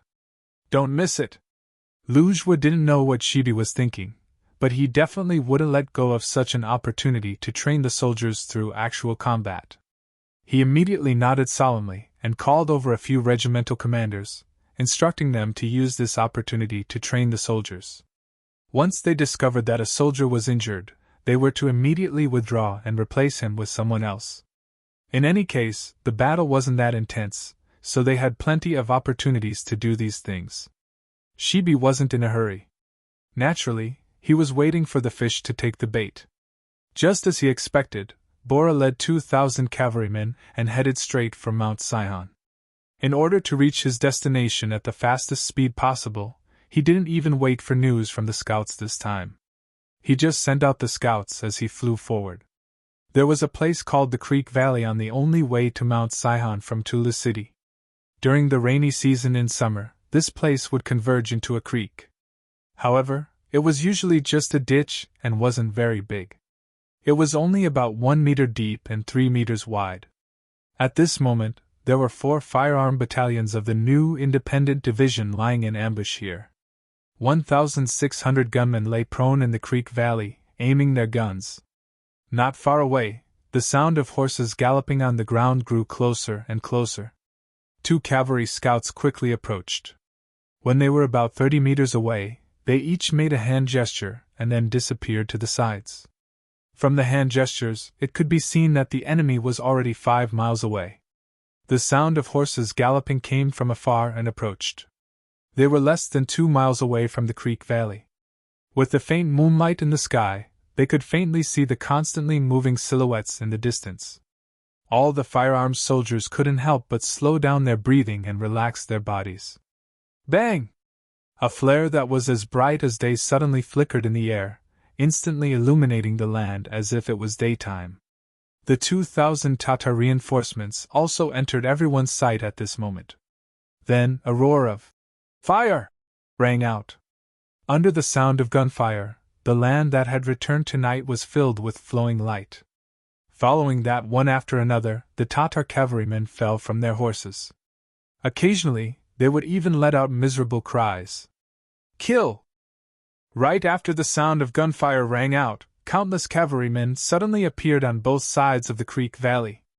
The torches in their hands were lit one after another as they charged towards the location of the 2,000 Tatar reinforcements. After 2 rounds of shooting, the Tatar reinforcements threw down at least 500 corpses. When the gunfire finally stopped, the surrounding torches illuminated their faces. Then, waves of arrows pierced through the air and landed within the army, causing several hundred people to fall from their horses. The 3,700 cavalrymen of the 9 battalions were lying in ambush nearby. Under the lead of Division Commander Xian Hohai, they were like fierce tigers descending from a mountain as they surrounded the already stunned Tatar cavalrymen. There were bullets from afar, bows and arrows from close range, and sharp sabers from close range. Under wave after wave of continuous attacks, the Tatar cavalrymen's formation was thrown into chaos. Under the illumination of the firearms, every cavalryman's face revealed a frightened expression. Under the protection of a few personal guards, Baiale's face was ghastly pale. At this moment, he knew that he had fallen into a trap. Moreover, from the looks of it, the mercenaries should have been prepared for this and sent a large number of troops. He was impressed by the mercenaries' quick reaction. At the same time, he cursed the uselessness of his own scouts in his heart. The enemy was already right in front of his eyes. Why didn't he receive any news at all? The lack of timely information ultimately led to the defeat of this battle. The 2,000 reinforcements only resisted for less than an hour. All of them, including General Baila, died in battle. In the end, there were only about 500 injured soldiers. Quickly clean up the battlefield. Send a battalion of people to send these injured soldiers back to Chichen City. At the same time, Send someone to inform the deputy commander on the mountain that this is a great victory. They can take down Mount Sion. Division Commander Xian Honghai rode on his warhorse and constantly gave out orders. After an hour, the general attack on Mount Sion began. In less than an hour, the enemy was completely annihilated. Mount Sion became one of the areas that first city expanded to the south. In the same night, the commander of Wanquan City, Shi Wanshan, and the commander of Wanquan City, Tongji Ancient River, were under the protection of 400 elite cavalrymen. They were rapidly advancing toward Tulu City. They had been running for the entire night. Seeing that the sky was starting to brighten, their whereabouts were finally discovered by the Tatar scouts. Following that, they were pursued and intercepted all the way. At this moment, it could be said that time was life. In order to break out of the encirclement and escape before the main Tatar army appeared, the two generals went through several attacks. The number of soldiers under their command was decreasing. After going through the fifth encirclement, there were less than 50 cavalrymen around them. Even so, the two generals did not intend to give up resisting. They were still fighting with all their might just to be able to return to Tulu City alive. They are over there. Surround them. Don't let them escape.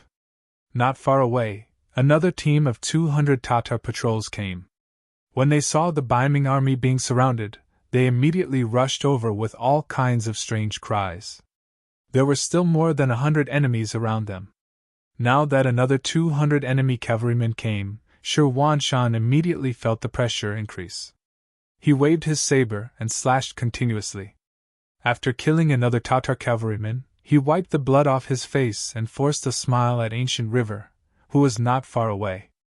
"Brother Ancient, it seems that we won't be able to escape.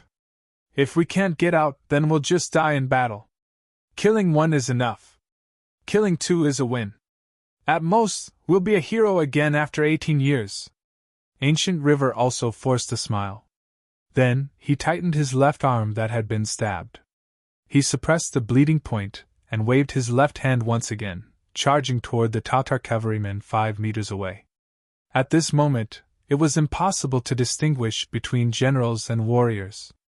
The heavens were very fair. They only gave each person 1 life. At this moment, if they didn't kill the enemy, they would be killed by the enemy. All schemes and strategies were useless. The saber and the curved horse kept colliding in the air, causing bursts of sparks. After a quarter of an hour, the Ming cavalry had lost another 40 cavalrymen. Now, there were only 10 people left standing, including the 2 generals. Fortunately, after a lot of hard work, they finally managed to bleed out. Without further ado, the 2 generals brought several wounded soldiers out of the encirclement and headed toward Tulu City. At this moment, as long as there was a chance, they would fight for it. Even if they died, they didn't want to die on the grasslands. Chase! The remaining 200 Tatar cavalrymen saw that the fat meat in their hands was about to fly away. How could they let it go? They all galloped wildly and chased after Shi Wanshan and the others. When the distance between them was less than 100 meters, a volley of arrows would be fired. Often, 1 or 2 Ming cavalrymen would fall off their horses and die.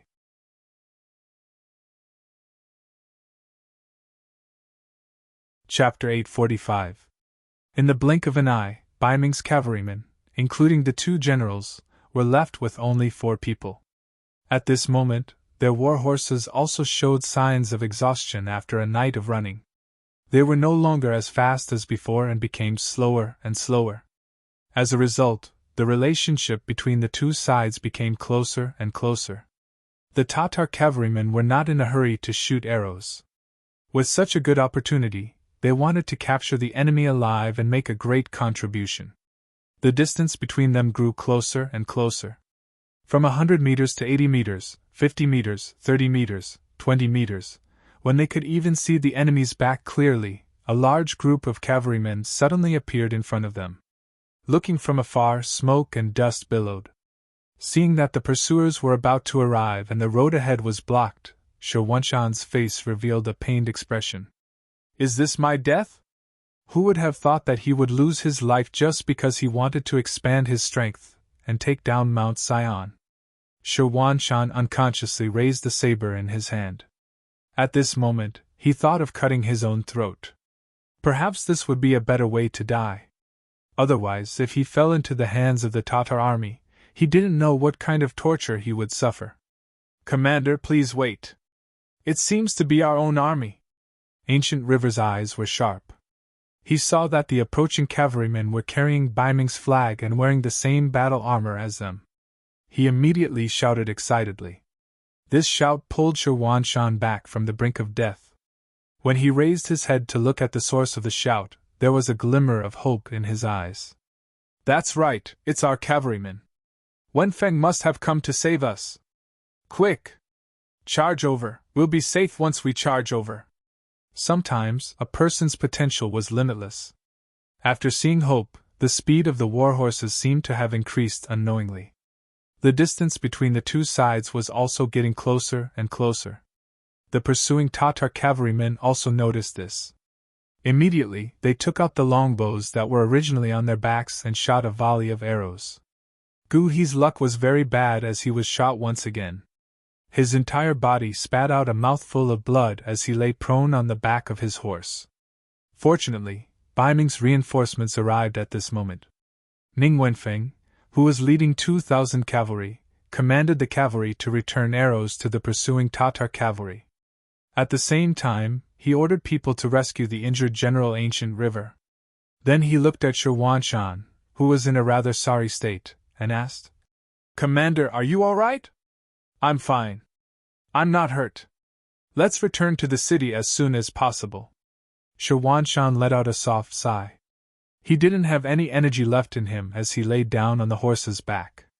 Men, change the commander's horse and return to the city.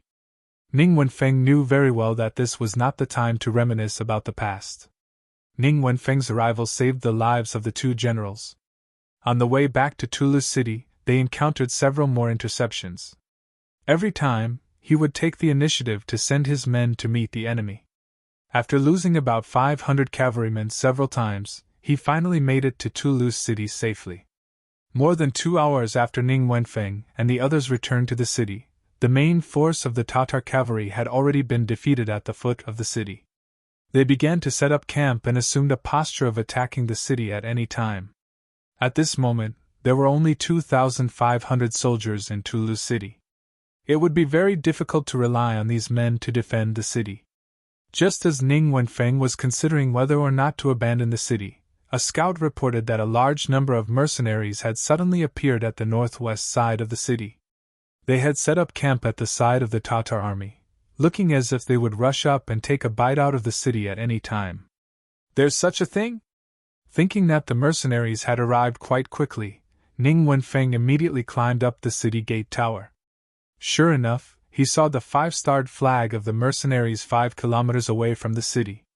While sighing at the mercenaries' quick reaction, he also let out a sigh of relief. Now it seemed that defending the city wasn't necessarily impossible. The Tatar army that had originally been prepared to attack the city had no choice but to rearrange their troops out of fear of the mercenaries. This gave Tulu City a chance to catch its breath. After noon, the Xian mansion's reinforcements arrived after receiving the news.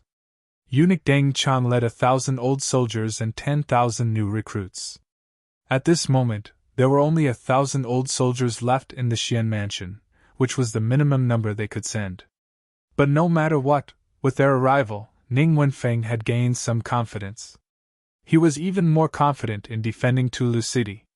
In the Tatar army's tent, Huboa listened to the report of last night's battle with a terrifyingly gloomy expression. To be specific, they hadn't suffered any losses. It was true that they had lost Mount Saihan and had lost 4,000 cavalrymen, but they had also wiped out 10,000 of the Ming army's main force. In other words, they had come out on top. However, Huboa's sudden appearance should have been able to catch the Ming army and the mercenaries off guard. Now, it seemed that while it had some effect, it wasn't enough. In the end, it was all because the mercenaries had interfered. This made Huboa even angrier at the mercenaries than at the Ming army. Mazam Gur, I'll give you 3,000 cavalrymen to attack the mercenaries. I want to see how strong they are. General Chiga, I'll give you 5,000 infantrymen. Prepare to take down Tulu city. I want to massacre the city and bury the 4,000 soldiers from last night. Hu Bo furiously gave out 2 orders. Once the order was given, Mazam and the other 2 who were named were about to leave the tent. However, General Mu Rin, who hadn't been named, suddenly stood up. General, you can't do this. With the mercenaries' strength, 6,000 cavalrymen won't be able to break through.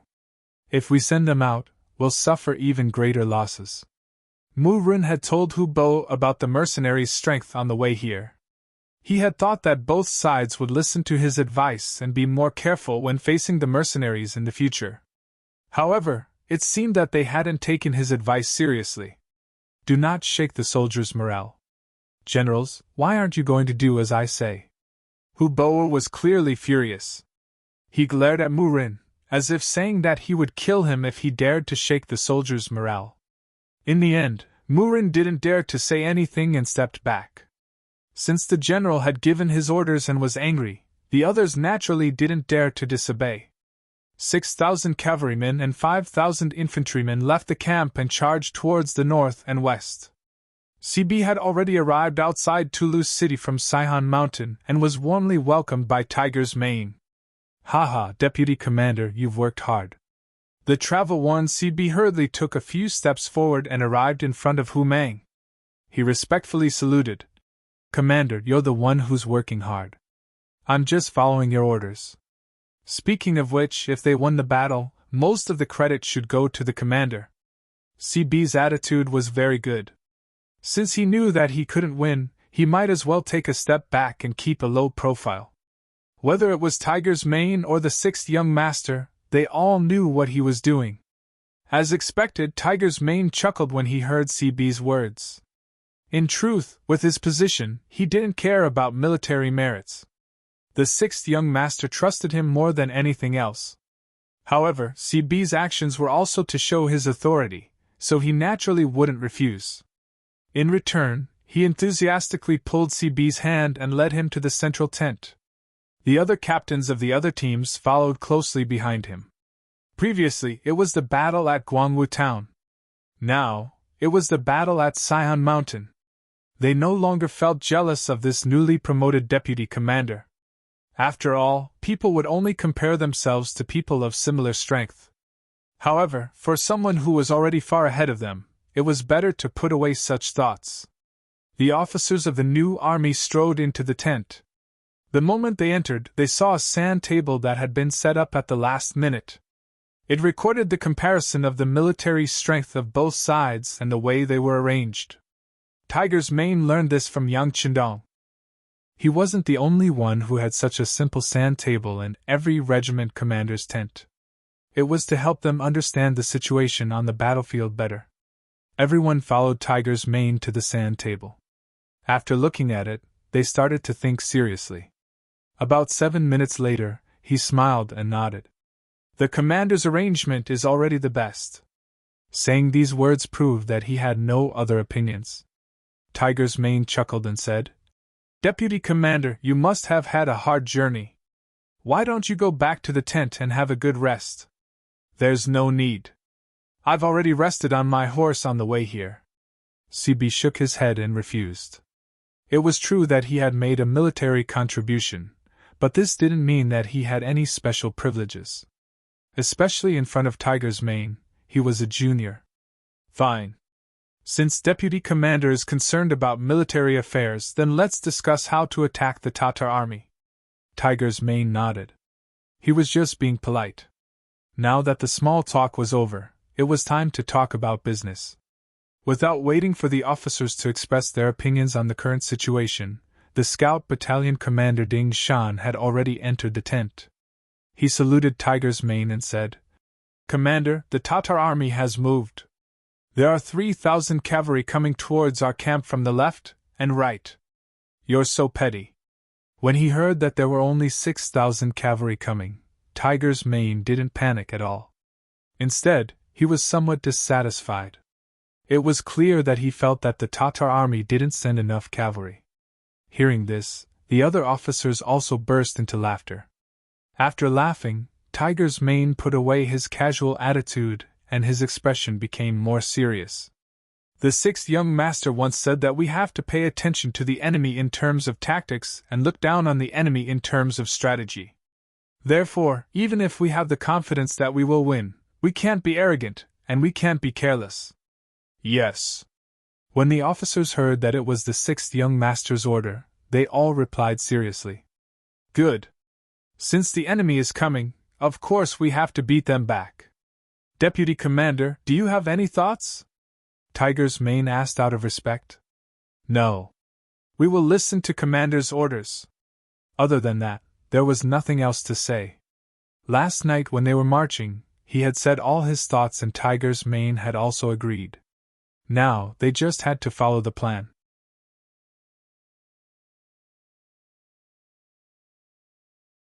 Chapter 846. Very well, since that's the case, let's proceed according to the plan. Tiger's man nodded. Following this, he gave out a series of orders, and the officers who were called stood at attention. The other officers who were not called also earnestly studied. For them, as the mercenary army continued to expand, the number of soldiers they could lead would only increase.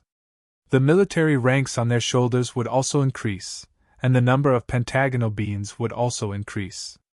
Learning more about the battle strategy of the Bright Tiger Army commander would naturally be beneficial for their future development.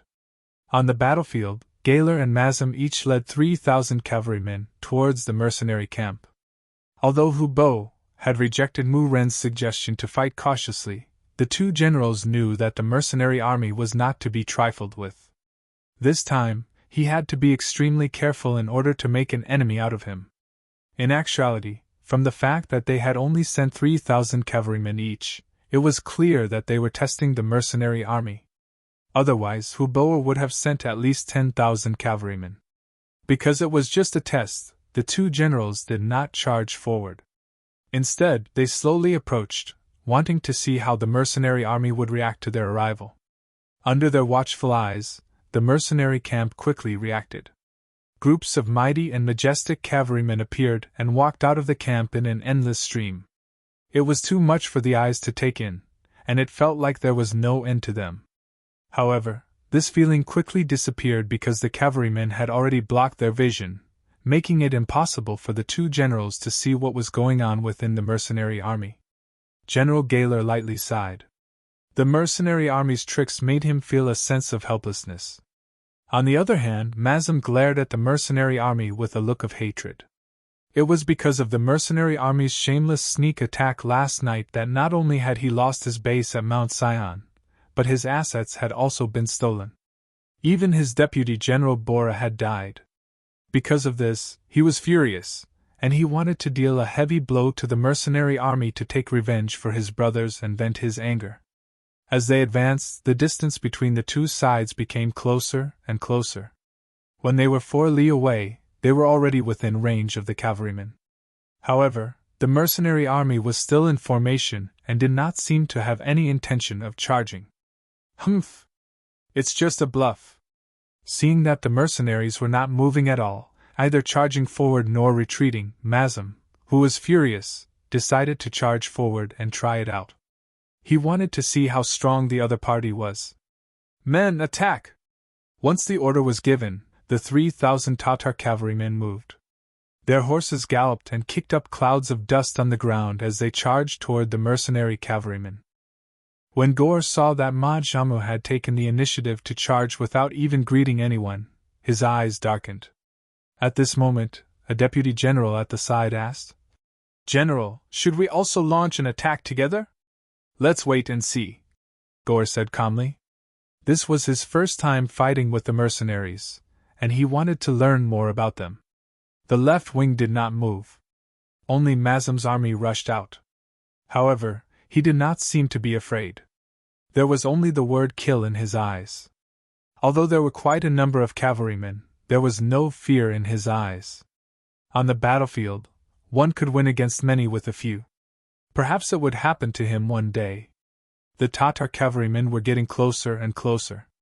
Soon, the distance between them was reduced from 4 li to 2 li. At such a distance, the cavalrymen should charge. Otherwise, there would not be enough space for them to display their speed. Once they collided, they would be at a disadvantage. Everyone understood this logic, but the mercenaries acted as if they didn't. The cavalrymen remained motionless on their horses. It was as if they weren't facing 3,000 enemy cavalrymen who could kill, or 3,000 sheep who posed no threat at all. Kill! Seeing that the distance between them was close to 2 li and was still shrinking, Mazem's eyes flashed with joy. The mercenaries were so arrogant that they did not intend to charge. In this way, the advantage would be in his hands. Once he got close to the enemy cavalry, he would use the momentum to ram them. At that time, his 3,000 cavalrymen would be able to unleash several times their strength. It was not impossible for them to win. Are they crazy? Men, charge with me! On the other side, Gower saw everything clearly with his eyes. Seeing that the mercenaries were still not moving at such a distance, he was truly shocked. At such a distance, if they did not charge, they would not have a chance to charge. Could it be that the powerful mercenaries were just legends? In reality, they were just infantrymen riding war horses? Unable to understand, Gower decided not to think about it anymore. After all, facing an enemy cavalry that did not know how to charge, this was a heaven-sent opportunity. He could even imagine how Mazem would go on a killing spree once he joined the mercenary army. And such a great merit could not be claimed by him alone. He was bound to take a share of the pie. Gower also moved. The 3,000 cavalrymen charged, but they were only 2 li late. The moment he led his troops to charge, Loujois, who was standing in the front row of the mercenaries, smiled. With a smile, he suddenly ordered the army to move to the left and right, leaving the center. Although he was leading recruits, there was no problem in following orders. Immediately, the army began to retreat to the left and right. As they left, the 6 brigades of musketeers behind them were exposed. Beside the musketeers was the independent division commander Xian Honghai on horseback. Seeing that his field of vision had become very wide, his originally raised saber also dropped. He shouted, "Fire!" At the front of the battlefield, Mazem was already less than a li away from the mercenaries. He could even see the pale and frightened faces of the mercenaries. At this moment, his heart was extremely carefree. He urged his horse to speed up. His saber could not help but taste blood. Right at this time, the situation on the battlefield suddenly changed. Those frightened mercenaries separated to the sides, revealing the 3,000 mercenaries behind them. Following a loud roar, several thousand bullets flew through the air, passing through the air and arriving in front of them. The distance of 1 li, 500 meters, was completely within the range of the Type 81 assault rifles. Under the explosive sounds of gunfire, bullets flew out from the barrel like meteors flying through the sky. They drilled into the bodies of the Tatar cavalrymen who were brandishing their sabers, drawing out waves of blood. Mazem, who was charging at the very front, did not avoid this rain of bullets either. One of the bullets landed on his chest. The instant that fatal bullet entered his body, Mazem, who was still shouting and charging forward, was stunned. His saber dropped, and his entire body slid down the back of his horse like a boneless viper. Then, he fell from the horse, landing on the ground, bringing with him waves of dust. Even when he died, his body still charged towards the mercenaries' camp, showing his determination to avenge his humiliation with blood. The general died on the battlefield. The omnipresent bullets ran amok among the armored cavalry. One after another, the Tatar cavalrymen were shot and fell off their horses. One after another, the Tatar cavalrymen lost their lives while still shouting to charge. All of this happened too fast, so fast that many people could not react in time.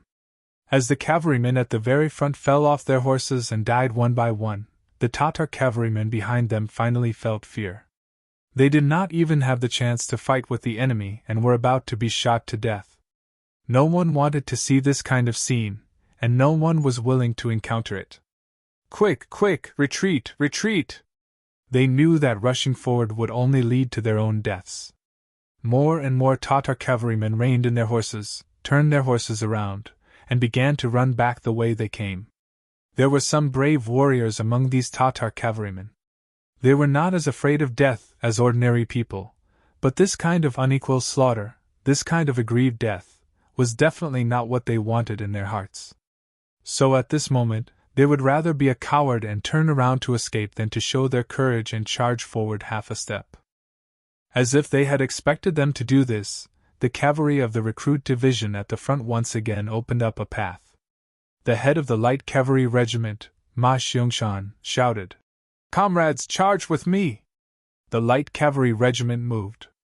The biggest change in the new army was that they had a heavy cavalry regiment and a light cavalry regiment. Like the name, heavy cavalry was a full body armor, and focused on the art of opening and closing.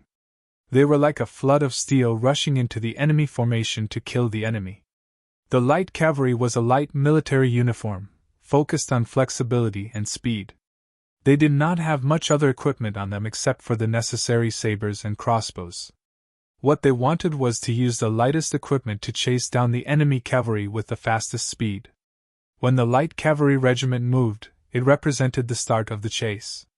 After Ma Xiangshan's shout, countless light cavalry flew out like arrows, heading straight into the distance. As they galloped, the crossbows in their hands were not idle. Arrow after arrow shot out into the air, chasing and killing the defeated enemy cavalry at the same time. The sudden sound of the muskets and the sudden attack of the light cavalry made Gao Er's 3,000 cavalrymen suffer. They originally thought that when they were 1 li away, the cavalrymen would be able to display their strongest fighting strength. They never thought that there would be so many dangers behind the mercenary cavalrymen. Time after time, they had to move aside, giving them different experiences. First, he was struck dumb by the muskets. By the time he managed to turn his horse around in time, the enemy cavalry behind him quickly caught up with him. When the arrows got close to him, he could only watch as the soldiers he brought with him were shot by the arrows and fell to the ground. His heart was bleeding, but there was nothing he could do.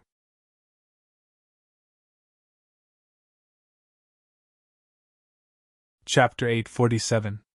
Underestimating the enemy was not scary. What was scary was that his cavalry had been beaten into a pulp and had lost their will to fight. With such an iron cavalry, it would be difficult to calm them down and turn back to fight. They could only rush toward the Tatar camp and hope that the enemy would not chase too hard.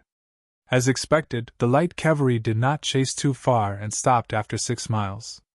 Ahead of them was the Tatar camp, and the enemy could send their cavalry to counterattack at any moment. Although they were light cavalry and were not afraid of being caught, there was no point in fighting. The light cavalry retreated and kept their guns. This probing mission ended in a huge victory for the mercenaries. Based on the results, they had killed close to 2,000 cavalry and captured 100 enemies. Not only did they lose the first battle, but even General Mazum had died on the battlefield. When this result reached Hubor's ears, he was furious. Within the tent, the table was sliced in half by a sharp cavalry knife. A roar sounded out. "Mazum, I will take revenge for you." Mazum had defended Saihan Mountain for many years, and even if he did not contribute much, he had put in a lot of effort. However, when Hubor's army appeared and was about to show off their skills, he was killed. It was truly regretful and sad. All of a sudden, the morale of the Tatar camp was low. To break this bad atmosphere, Hubor roared out once more. "Where is General Chiga? Has he not taken down Talas city?" The flames of war raged beneath Tulu. Countless cloud ladders were erected beneath the city walls, and countless arrows were fired in the air. Death was a matter of great importance to humans, but at this moment, it seemed so insignificant and ordinary. When the Iron Cavalry started to probe the mercenaries, the 5,000 grassland infantry led by Chiga had launched a fierce attack on Talas city. It was said that the grassland Iron Cavalry were unparalleled in the world. Everywhere they went, locusts would sweep past, and not a single blade of grass would grow. However, what everyone didn't know was that the trained grassland infantrymen were also elites among soldiers. They existed for the purpose of sieging cities, and their instructors were generals with rich experience in sieging cities. The grassland cavalry relied on speed, while the Ming army relied on the city walls. Both sides had their advantages, and it was difficult for one side to gain the upper hand. As time passed, Ming Qingzu conquered the 5 grasslands and opened up the path of the Ming army's iron cavalry. After the Mongol soldiers suffered losses time and time again, they started to learn from the strengths of the Ming army to create offensive infantry. A person's greatest ability lies in learning and imitating. After Ming Qingzu passed away, the advantage of the Ming army cavalry slowly disappeared. As a result, the Mongol siege infantry grew. This time, the 5,000 infantrymen had this ability. Their teachers were the captives of the Ming army who had their cities conquered. Since they were living under someone else's roof, they had no choice but to lower their heads. In order to survive, not many of them could reject the mere teaching of skills. Because of this, the Mongol army that was attacking the city was really aggressive. The moment they appeared, they beat up the Baiming army. The 3,000 new Baiming soldiers that were in charge of defending the city suffered heavy casualties. Cries of emergency continuously entered the ears of General Ning Wenfeng, who was in charge of the formation. He had no choice but to bring 1,000 old soldiers and 3,000 new soldiers to re-enter the city and stabilize the situation. On the battlefield, the biggest difference between the new soldiers and the old soldiers was the amount of battle experience. Usually, the experienced old soldiers knew what to do without orders. They could freely counterattack and attack when they should and dodge when they shouldn't. The new soldiers were different. They were like a heavy stone mill. If you pushed them, they would move. If you didn't push them, they would be as immovable as a mountain. When these new soldiers came to the battlefield, they were terrified by the aura of death on the battlefield. Without orders, how would they know what to do? When the new soldiers lost, the old soldiers went up. The new and old soldiers helped one another, and Ning Wenfeng's commanding ability was displayed. He chased back the Mongol infantry that had charged up the city walls. After a few rounds, they finally lasted until night time, and the offensive came to an end. Within the city lord's manor, the injured ancient river was still resting on the bed. Shi Wanshan, who had mostly recovered, and eunuch Deng Chang were sitting in the hall, talking to the exhausted Ning Wenfeng. Eunuch Deng, Commander, the losses in this battle are too great. More than 2,000 new recruits have died, and 2,000 have been injured. If this continues, I'm afraid it will be difficult to defend the city. Why don't we retreat to the Xian mansion? The city walls there are higher, and it will be much easier to defend than Tulu City. Ning Wenfeng grumbled while probing. His eyes were filled with hope. We can't. Deng Chang was the first to speak. The two generals might not know, but when the Duke of Loyalty and Courage gave Talis City to the great Ming, everyone in the imperial court clapped and cheered. The people of the capital also took to the streets and lit firecrackers to celebrate. Everyone took Talis City as a symbol of the rise of Baiming. How could we give it up at this moment? If we really did this, there would be no need for anyone else. Just the memorials from the imperial censors would be enough to crush us to death. Deng Chang's words made Shi Wanshan, who originally wanted to say something, shut his mouth immediately. If this really was the case, Talis City could not be lost. Otherwise, their political lives would come to an end. At that time, no matter how great their ambitions were, they would be powerless to carry them out. Hold on a little longer. If we really can't do it, we'll transfer all the new soldiers from the Xian Manor.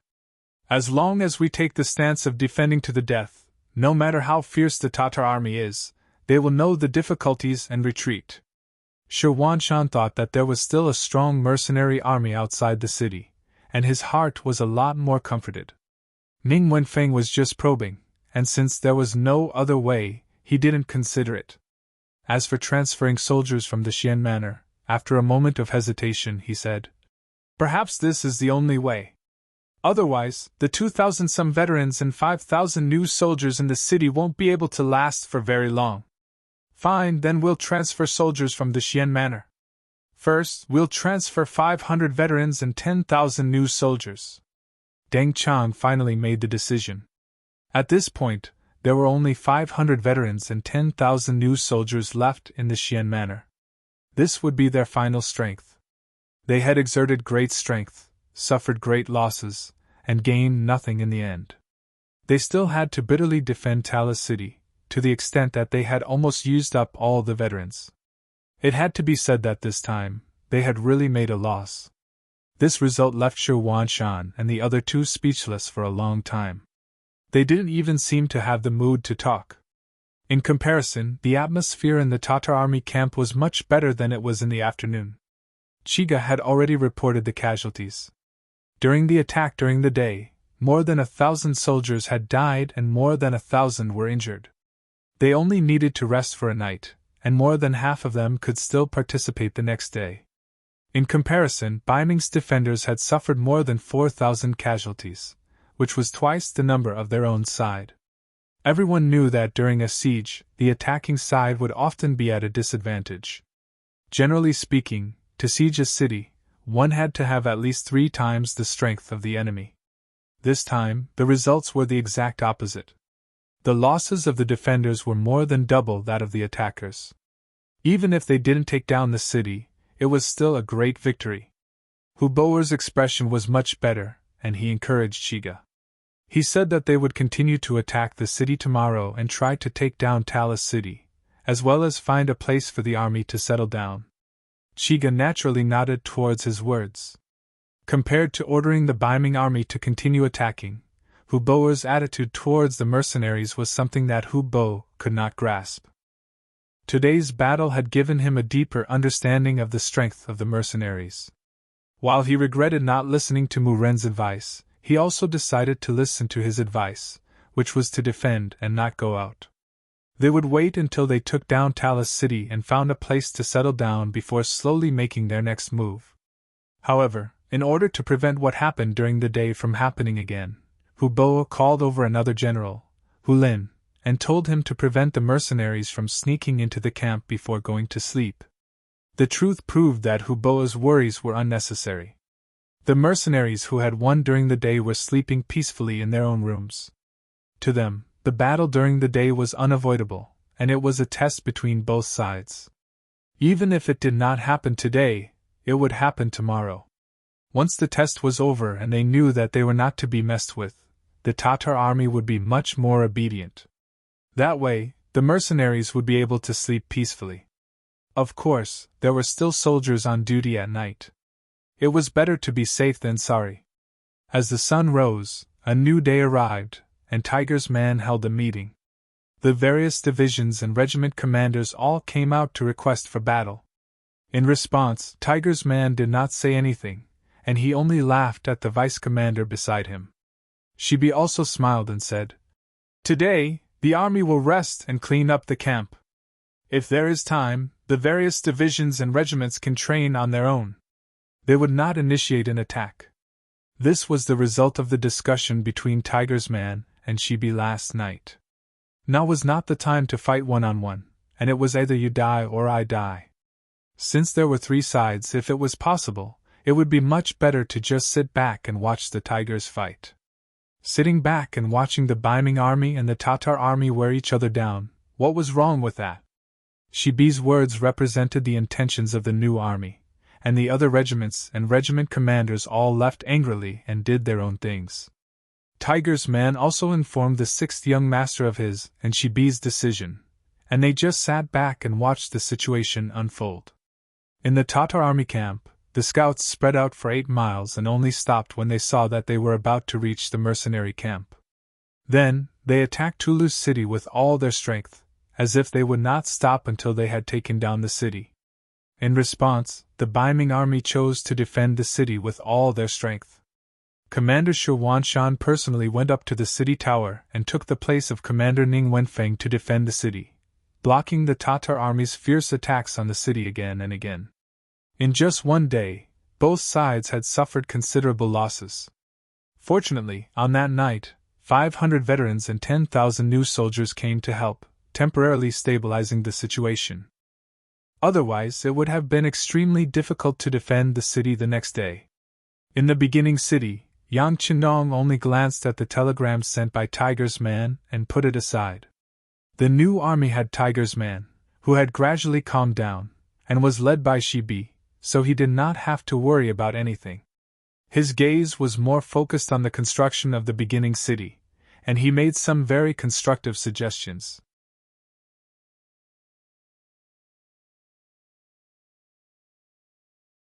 Chapter 848. First city was the first city he built on the grasslands, but it would not be the last. According to Yang Chendong's plan, he wanted to build a model here. In the future, when he built a city here, everyone could follow suit. In order to make this model as perfect as possible, he had to put in a lot of effort. Apart from the construction of First City, Yang Chendong was also fearlessly asking about the Mongol tribe in the Gobi Desert. The Mongol tribes were the biggest threat to the northwest of the beginning city. They were different from Hubo's tribe. They were originally from this place and had great survivability in this land. If they were not suppressed, they would become a huge problem sooner or later. Not to mention, now that they had a famous general like Fan Yuhai, if he did not destroy them, he would not be at ease. If he wanted to destroy someone, he did not only have to kill and cripple them, but he also had to run. As the ancient saying went, the best strategy was to attack the enemy, followed by attacking the enemy, followed by attacking the enemy. What Yang Chendong chose was the strategy of sending troops. This was also why he didn't order Khan Sud's life when he carried out the beheading policy in Wanda City, but only wanted him to injure his body. What he wanted was to create an opportunity for Fan Yuhai. Facing an injured Khan, he believed that a smart person would grasp the opportunity and know what to do. From the intelligence sent by the Security Bureau, it could be seen that Fan Yuhai did not disappoint. After the defeat in Wanda City, Fan Yuhai followed the Mongol army to the Gobi Desert Mongol tribe and settled down at the west of Yin Ma River.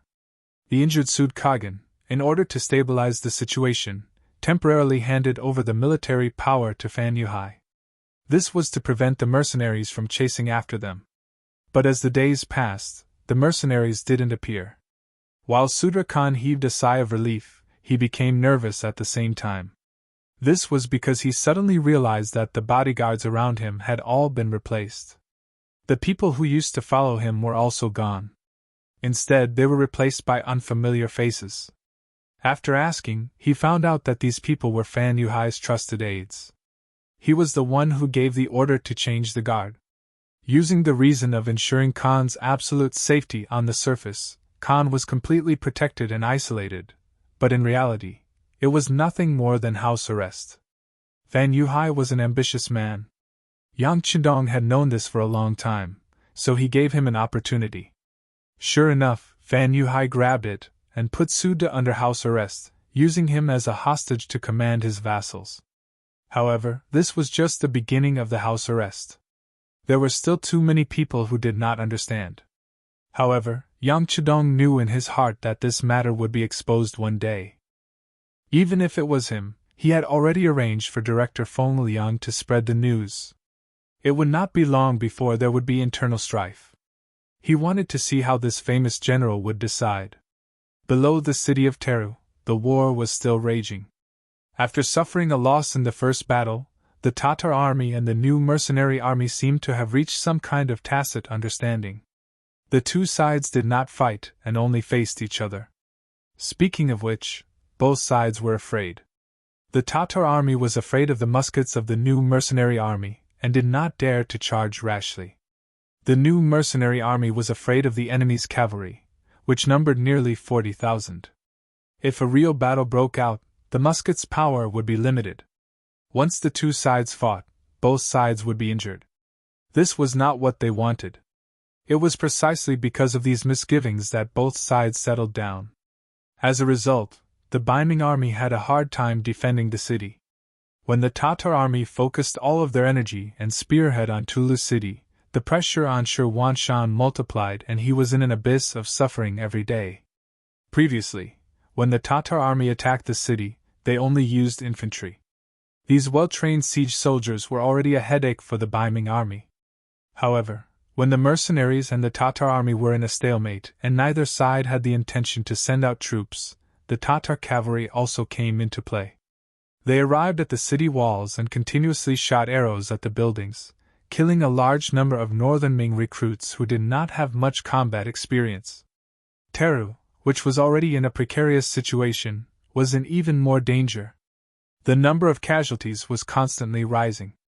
If this continued, the city would not be able to hold on for much longer. Another tiring day passed. The exhausted Shi Huanshan and Ning Wenfeng returned to the yamen of the city lord's mansion. They sat in the courtyard and drank tea while looking at each other without saying a word.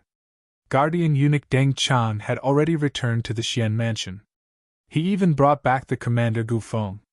He said that he was bringing the general back to recuperate, but in reality, it was just an excuse for him to avoid responsibility.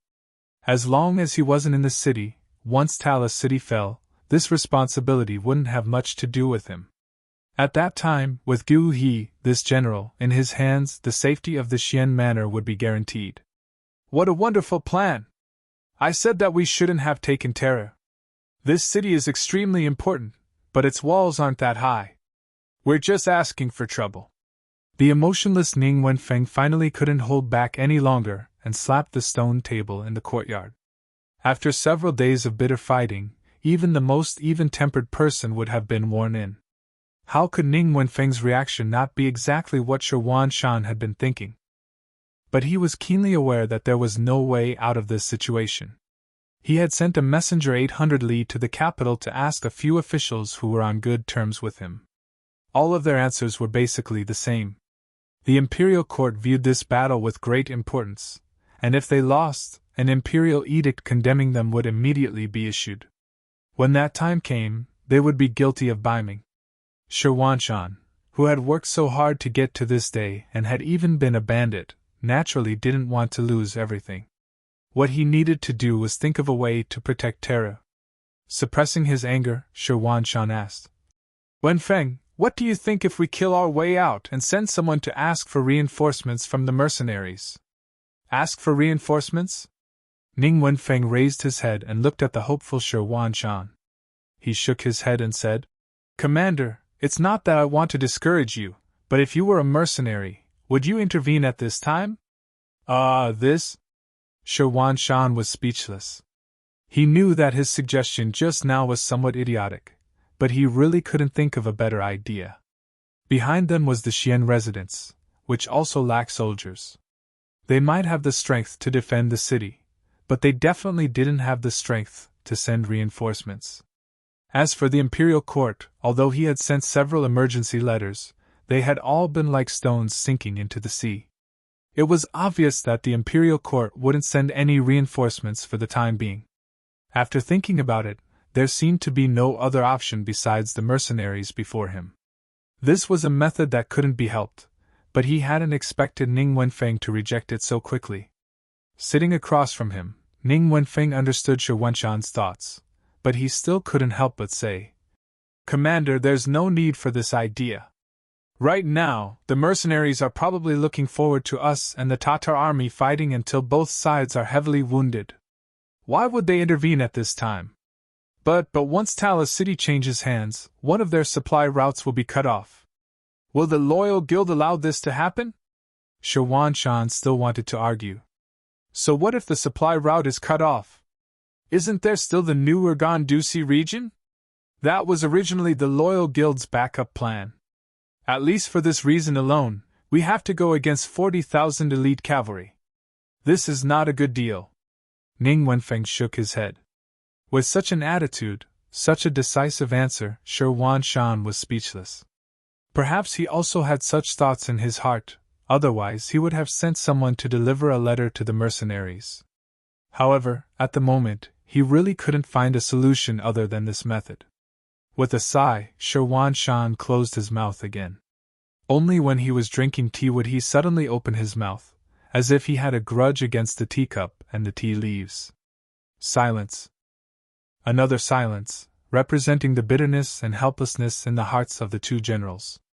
At this moment, a guard outside the door walked in and half knelt on the ground. Sir, there is a person outside the residence who calls himself the Loyal Guild's messenger asking for an audience. The Loyal Guild's messenger? When they heard the voice, the eyes of the two men who were originally dispirited lit up. Shi Huanshan even opened his mouth abruptly after a breath of time. Please, please. If it weren't for his own status, Shi Huanshan would have already stood up to greet him. But even if he didn't do so, the two words, please, from his mouth were enough to express his excitement. The bodyguard retreated. Less than half a cup of tea's time had passed, but from Shirwanshan's point of view, it seemed like a long time had passed. Finally, a man dressed in plain clothes walked into the backyard. The bodyguard beside him had already proved his identity. "This commoner you can greets the two generals." The man cupped his fists and bowed slightly, then stood up straight again. He had an expression that was neither servile nor overbearing. Although he was a commoner, how many commoners could still act so naturally in front of the commander-in-chief? Just from this aspect alone, this person was different from ordinary people in many ways. "So it's Mr. Yu. Please take a seat," Ning Wenfeng said with a spring breeze smile on his face. Before the identity of this person was clear, this kind of reception was naturally done by him as a subordinate official. As he spoke, he waved his hand at the guard at the side, indicating for him to withdraw. Soon, only the three of them were left in the small courtyard. Yukon tasted the fragrant tea in front of him under Ning Wenfeng's indication. After a light sip, he nodded slightly. "Not bad, good tea. Hee, now that the war is imminent, we didn't know you were coming, so we didn't prepare well. However, the Duke of Loyalty and Courage must have some exceptional tea." Ning Wenfeng laughed mischievously, not forgetting to point the spearhead at the topic he wanted to discuss. Even now, he was still very suspicious of Yukan's identity.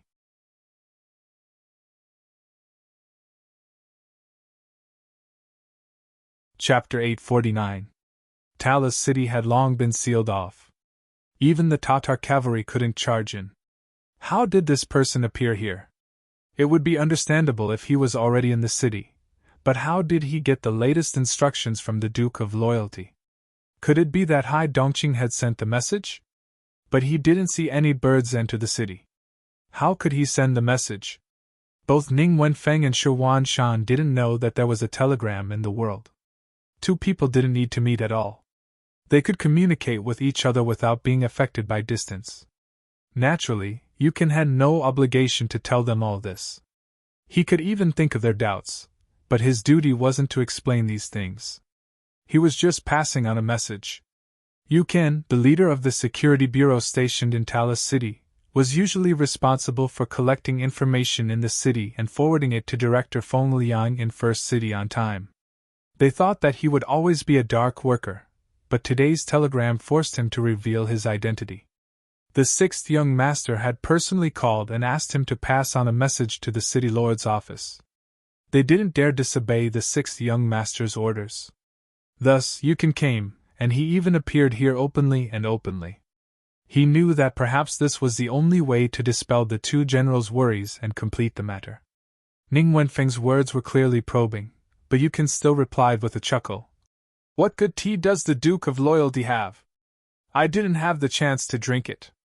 But if you suspect my identity because of this, you can arrest me as a liar." Such a straightforward answer immediately caused Ning Wenfeng to reveal a trace of awkwardness on his face. He didn't know how to respond.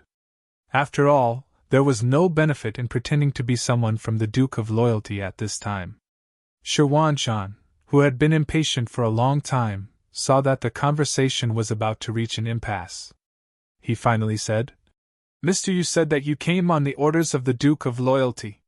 Do you have anything to say to me?" "Commander, I came on the orders of the Duke of Loyalty. I do have something to tell you. According to the Duke of Loyalty, if Talis City can't be defended, there's no need to defend it anymore. We can just retreat to Xuanfu City. At that time, we can accumulate strength to defend it." Yukon was only halfway through his sentence when Ning Wenfeng interrupted him. "How can Talis City not be able to defend itself? Furthermore, we are paid by the Imperial Court. Now that the Imperial Court has not issued a decree, how can we leave our posts without permission? Mr. Yu, do you know that your words just now are already a crime?" One couldn't blame Ning Wenfeng for being angry. Yang Chidong might not care too much about the loss of Talis City, but as the general of the city's defense, he had a huge responsibility. If he did not handle it well, his reputation would be ruined. It was even possible that he would be imprisoned and beheaded. How could he not be anxious when it involved his own life? After Ning Wenfeng said this, Yu Can closed his mouth. He first shook his head, then tasted the tea. He was not frightened by the other party's words. Yu Can's calmness landed in the eyes of Shi Shan, who was standing beside him. His eyes could not help but light up. This person was so calm. Either he had something to rely on, or he had already disregarded life and death. Regardless, he believed that no one would come here to throw their lives away. He immediately suppressed Ning Wenfeng, who was about to explode, and smiled at Yu Can. Mr. Yu, you must have something else to say. This commander is willing to listen with respectful attention. Since Shi Shan had spoken in this manner, Ning Wenfeng could only forcefully suppress the anger in his heart. After which, he viciously stared at Yu Can. He wanted to see what this person was going to say next. If he continued to spout nonsense, he would not care if the other party was truly a loyal person. He would take him down first. Yu Can slowly put down his teacup. He looked at Shi Shan and said word by word. The Duke of Loyalty said that Talis City can be abandoned, but Xuanfu City cannot be abandoned. As long as the commander defends Xuanfu and does not let the Tatar army take a single step forward, Talis City will return to the general's hands in 1 or 2 months at most. Oh? Shi Shan was stunned. He already knew there was more to it, but he didn't expect it to be like this. As his thoughts spun, he seemed to have thought of something. Is the Duke of Loyalty going to take action against the Tatar cavalry? What? Didn't the Duke of Loyalty send out troops a long time ago? Yu Can replied with a smile. Yes, he did send out troops, but he didn't just put on a show. Ning Wenfeng finally had a chance to interject. He didn't know why, but the calmer Yu Can was, the more he found him to be an eyesore. He came to his territory, and his little life was in his hands, yet he could still be as steady as Mount Tai. It was truly infuriating. Yu Can seemed to be used to Ning Wenfeng's provocation. He didn't answer his question, but continued to speak with a calm expression. I came here on behalf of the Duke of Loyalty to deliver a message. As for whether you believe it or not, that's my problem. Of course, you can also capture me, or even torture me. I can't guarantee whether or not I can keep this secret in my heart. But in this way, it will delay the 2 generals' time to make a choice. You 2 can choose for yourselves. After laying everything out in the open, Yu Can didn't say anything. He lowered his head and continued to drink his tea, like a thirsty person looking at sweet dew. His actions showed that he had completely disregarded life and death. Often people like this didn't bow their heads easily. Even if they were captured and tortured, there wouldn't be a result in a short time. And it just so happened that Shi Shan didn't have much time left. If he made a single mistake, he wouldn't have the chance to turn things around. Mr. Yu, do you have any keepsake to prove your identity? Shi Shan still didn't give up. No. Yu Can answered very straightforwardly. Then he added, Tulu City has already been sealed. Where would I get a keepsake? Without a keepsake, where did you get the news? Ning Wenfeng interrupted again, feeling that he had caught the other party's loophole. You don't have to worry about this. In short, I'm telling the truth. Whether you believe me or not, you 2 generals can consider it yourselves. You can definitely wouldn't tell them about the telegram. This was still a secret to the other forces. Of course, the longer it was hidden, the more advantageous it would be. The stubborn Yu Can immediately made Ning Wenfeng give birth to a kind of feeling of not knowing where to cut. At that moment, he shifted his gaze to Shi Shan. It was obvious that he wanted the commander to make the decision. Shi Shan frowned. Yu Can's appearance was too unexpected. He couldn't make a decision in a short time. He still needed more time to consider. He slowly raised his head. Mr. Yu, thank you for your information. How about this? I'll think about it before making a decision. Now, please go back and rest. All right, there's no need to inform this commoner of your decision. It won't take long for the whole world to know of your decision. Yu Can knew that his mission was completed. There was no point in staying any longer. He stood up, nodded to the 2 generals, and turned to leave. Outside the door, when the bodyguard escorted Yu Can out, he saw the signal in Shirwanshan's eyes. He lightly nodded his head to show that he understood. Once Yukon left, Ning Wenfeng didn't care about anything else and said anxiously, "Commander, you don't really believe that he was sent by the Duke of Loyalty and Courage, do you? He doesn't have anything on him to prove himself. If we can't get out, how can we prove it?" Shirwanshan asked back and said, "At this moment, do we have any other choice? But why did the Duke of Loyalty and Courage do this?" Ning Wenfeng was speechless, so he changed his way of asking. "Didn't you say it before? The Duke of Loyalty and Courage wants this supply route. This is the reason." Shirwanshan suddenly stood up, as if he was convincing himself, or perhaps he had already made a decision in his heart. Yukon left the city lord's mansion and returned to his own courtyard. He quickly turned off the lights and went to sleep. The bodyguards sent to follow him didn't find anything out of the ordinary, so he could only send someone else to keep watch while he hurried back to report the situation. Shirwanshan had long been prepared for this. Since Yukon dared to show himself, he would naturally clean up all the loose ends. He knew that it was impossible to find an answer from Yukon. However, Shirwanshan didn't want to let him go. Once he left Tulu City, he would take this person with him. If he wasn't sent by the Duke of Loyalty and Courage, then he would take his life before he died. It was also from this night that the Baiming army made preparations to retreat. Carriages carrying supplies to and from the Xian Manor came and went without end. 3 days later, Shirwanshan, who had been guarding the city with great difficulty, finally made preparations to leave the city when night fell. In order to prevent the Tatar army from discovering them, he left behind 2 Baihu officers and had them walk around with torches in hand, creating the illusion that the army was still there.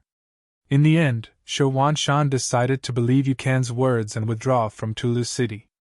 When he and Song Wenfeng left the city lord's mansion, Yukon was already waiting in front of the main entrance with a bundle on his back. He clearly knew that the other party wouldn't let him stay here, so he might as well take the initiative and leave with them. Since Yukon was so tactful, Shirwanshan, who had no intention of turning hostile, walked over with a smile. "What is the meaning of this, Sir Yu? Do you want to leave with us? There are no more Baiming army or civilians in the city. Yukon has no value in staying here, so I'll have to trouble the commander." Yukon stood there with a smile on his face, looking as if he had nowhere else to go. "Haha, good. Men, prepare a group of good horses for Sir Yu to leave with us." Shirwanshan laughed heartily. Regardless of whether or not this Yukon was a loyal and courageous man, his courage and insight were enough to make him admire him greatly. In the dark night, torches stretched out in all directions. The Baiming army retreated from Tulu City, leaving behind an empty and resourceless ancient city.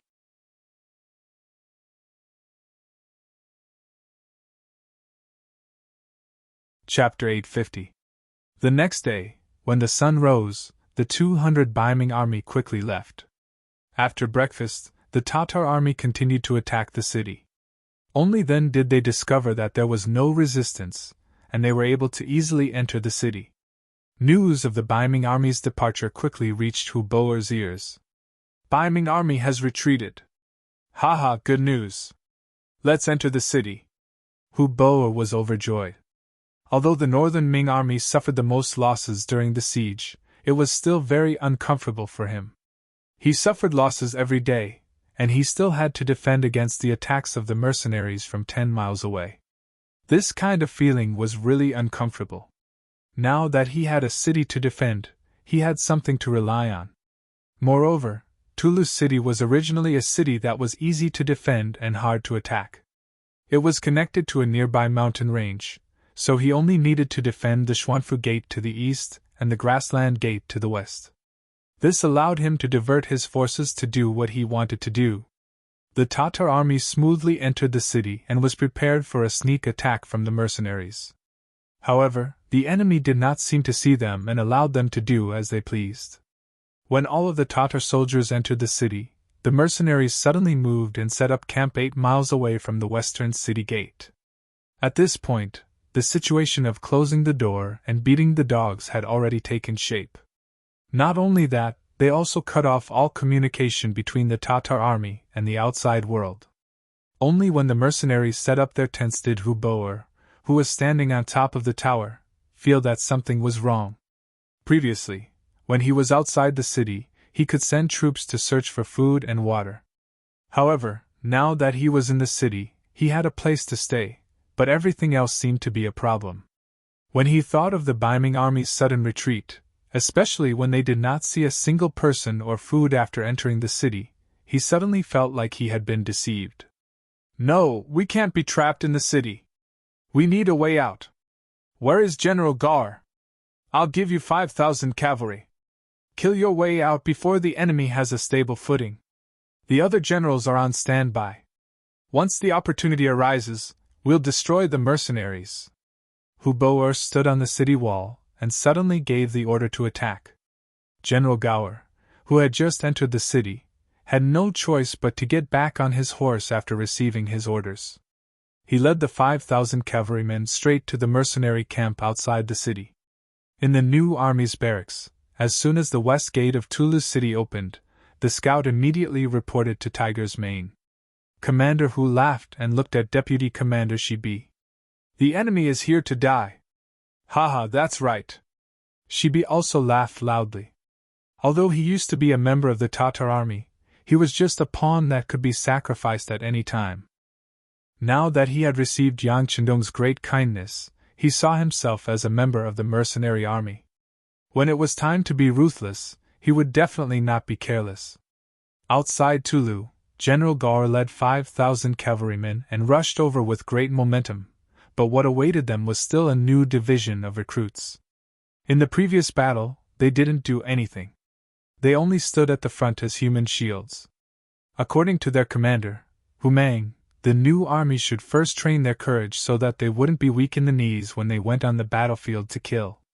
Reality had already proven that many of the new soldiers showed expressions of fear when facing the charge of the Tatar cavalry last time. Even though they knew they had the support of the army behind them, they still couldn't help but be afraid. Fortunately, no one wet their pants in fear, so they passed the test. Now, another test was about to begin. With the experience from last time, it could be seen that the quality of the new soldiers had improved quite a bit. At the very least, the fear on their faces had lessened a lot. Many of the new soldiers even showed signs of eagerness to fight. Gore, who was charging forward, saw that the mercenaries were still using the same trick as the last time. For some reason, his heart started to pound as he rode on his horse. He had a premonition that he wouldn't be able to gain any benefits this time. But when he thought about how General Huboer was looking at him from the city wall tower behind him, he couldn't turn back. He could only lead the army forward. But in the process of charging, he intentionally slowed down and stayed at the back. Last time, General Mazam had been killed by a musket. With this experience, he wouldn't be so easily fooled.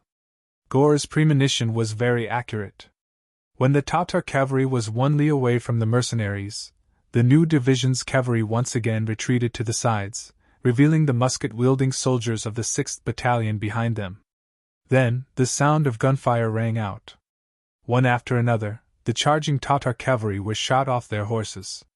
The smell of blood had already filled the air before the two sides had even come into contact.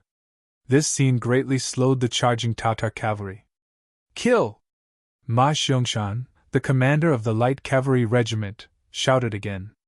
A regiment of 2,000 light cavalry poured out in full force, heading straight for the Tatar army that had already been frightened by the muskets. Retreat!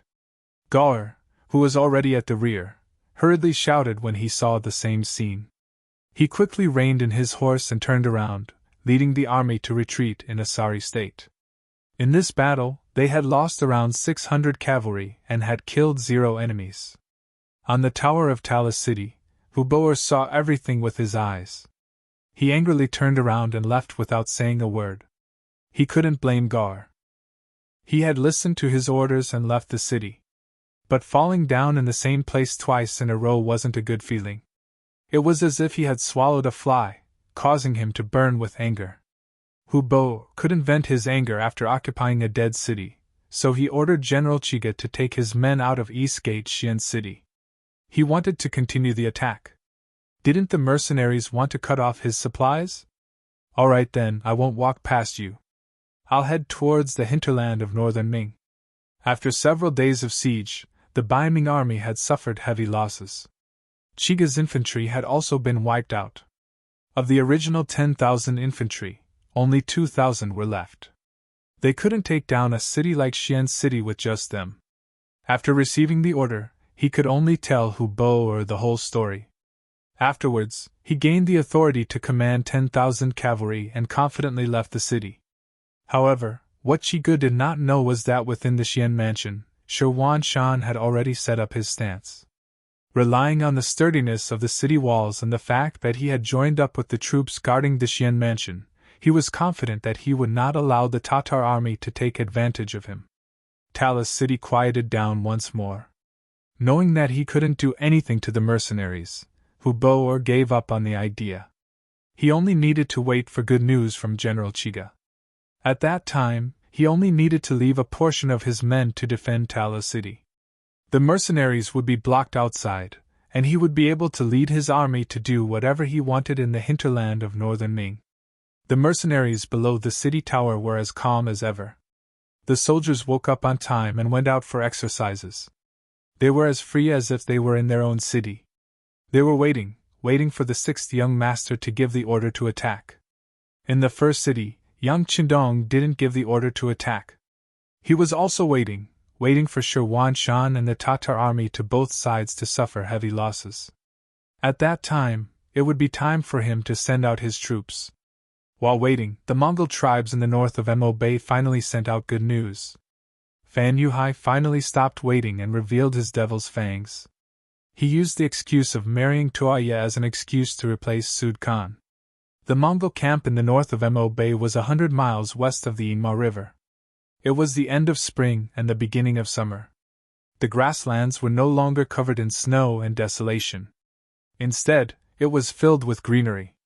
However, as the flower of the north of Mo Bay, Princess Tuaya's mood was not as good as the weather. Instead, her face was extremely ugly, and her heart was heavy. Ever since her father was injured and returned from Yendu, he had been bedridden.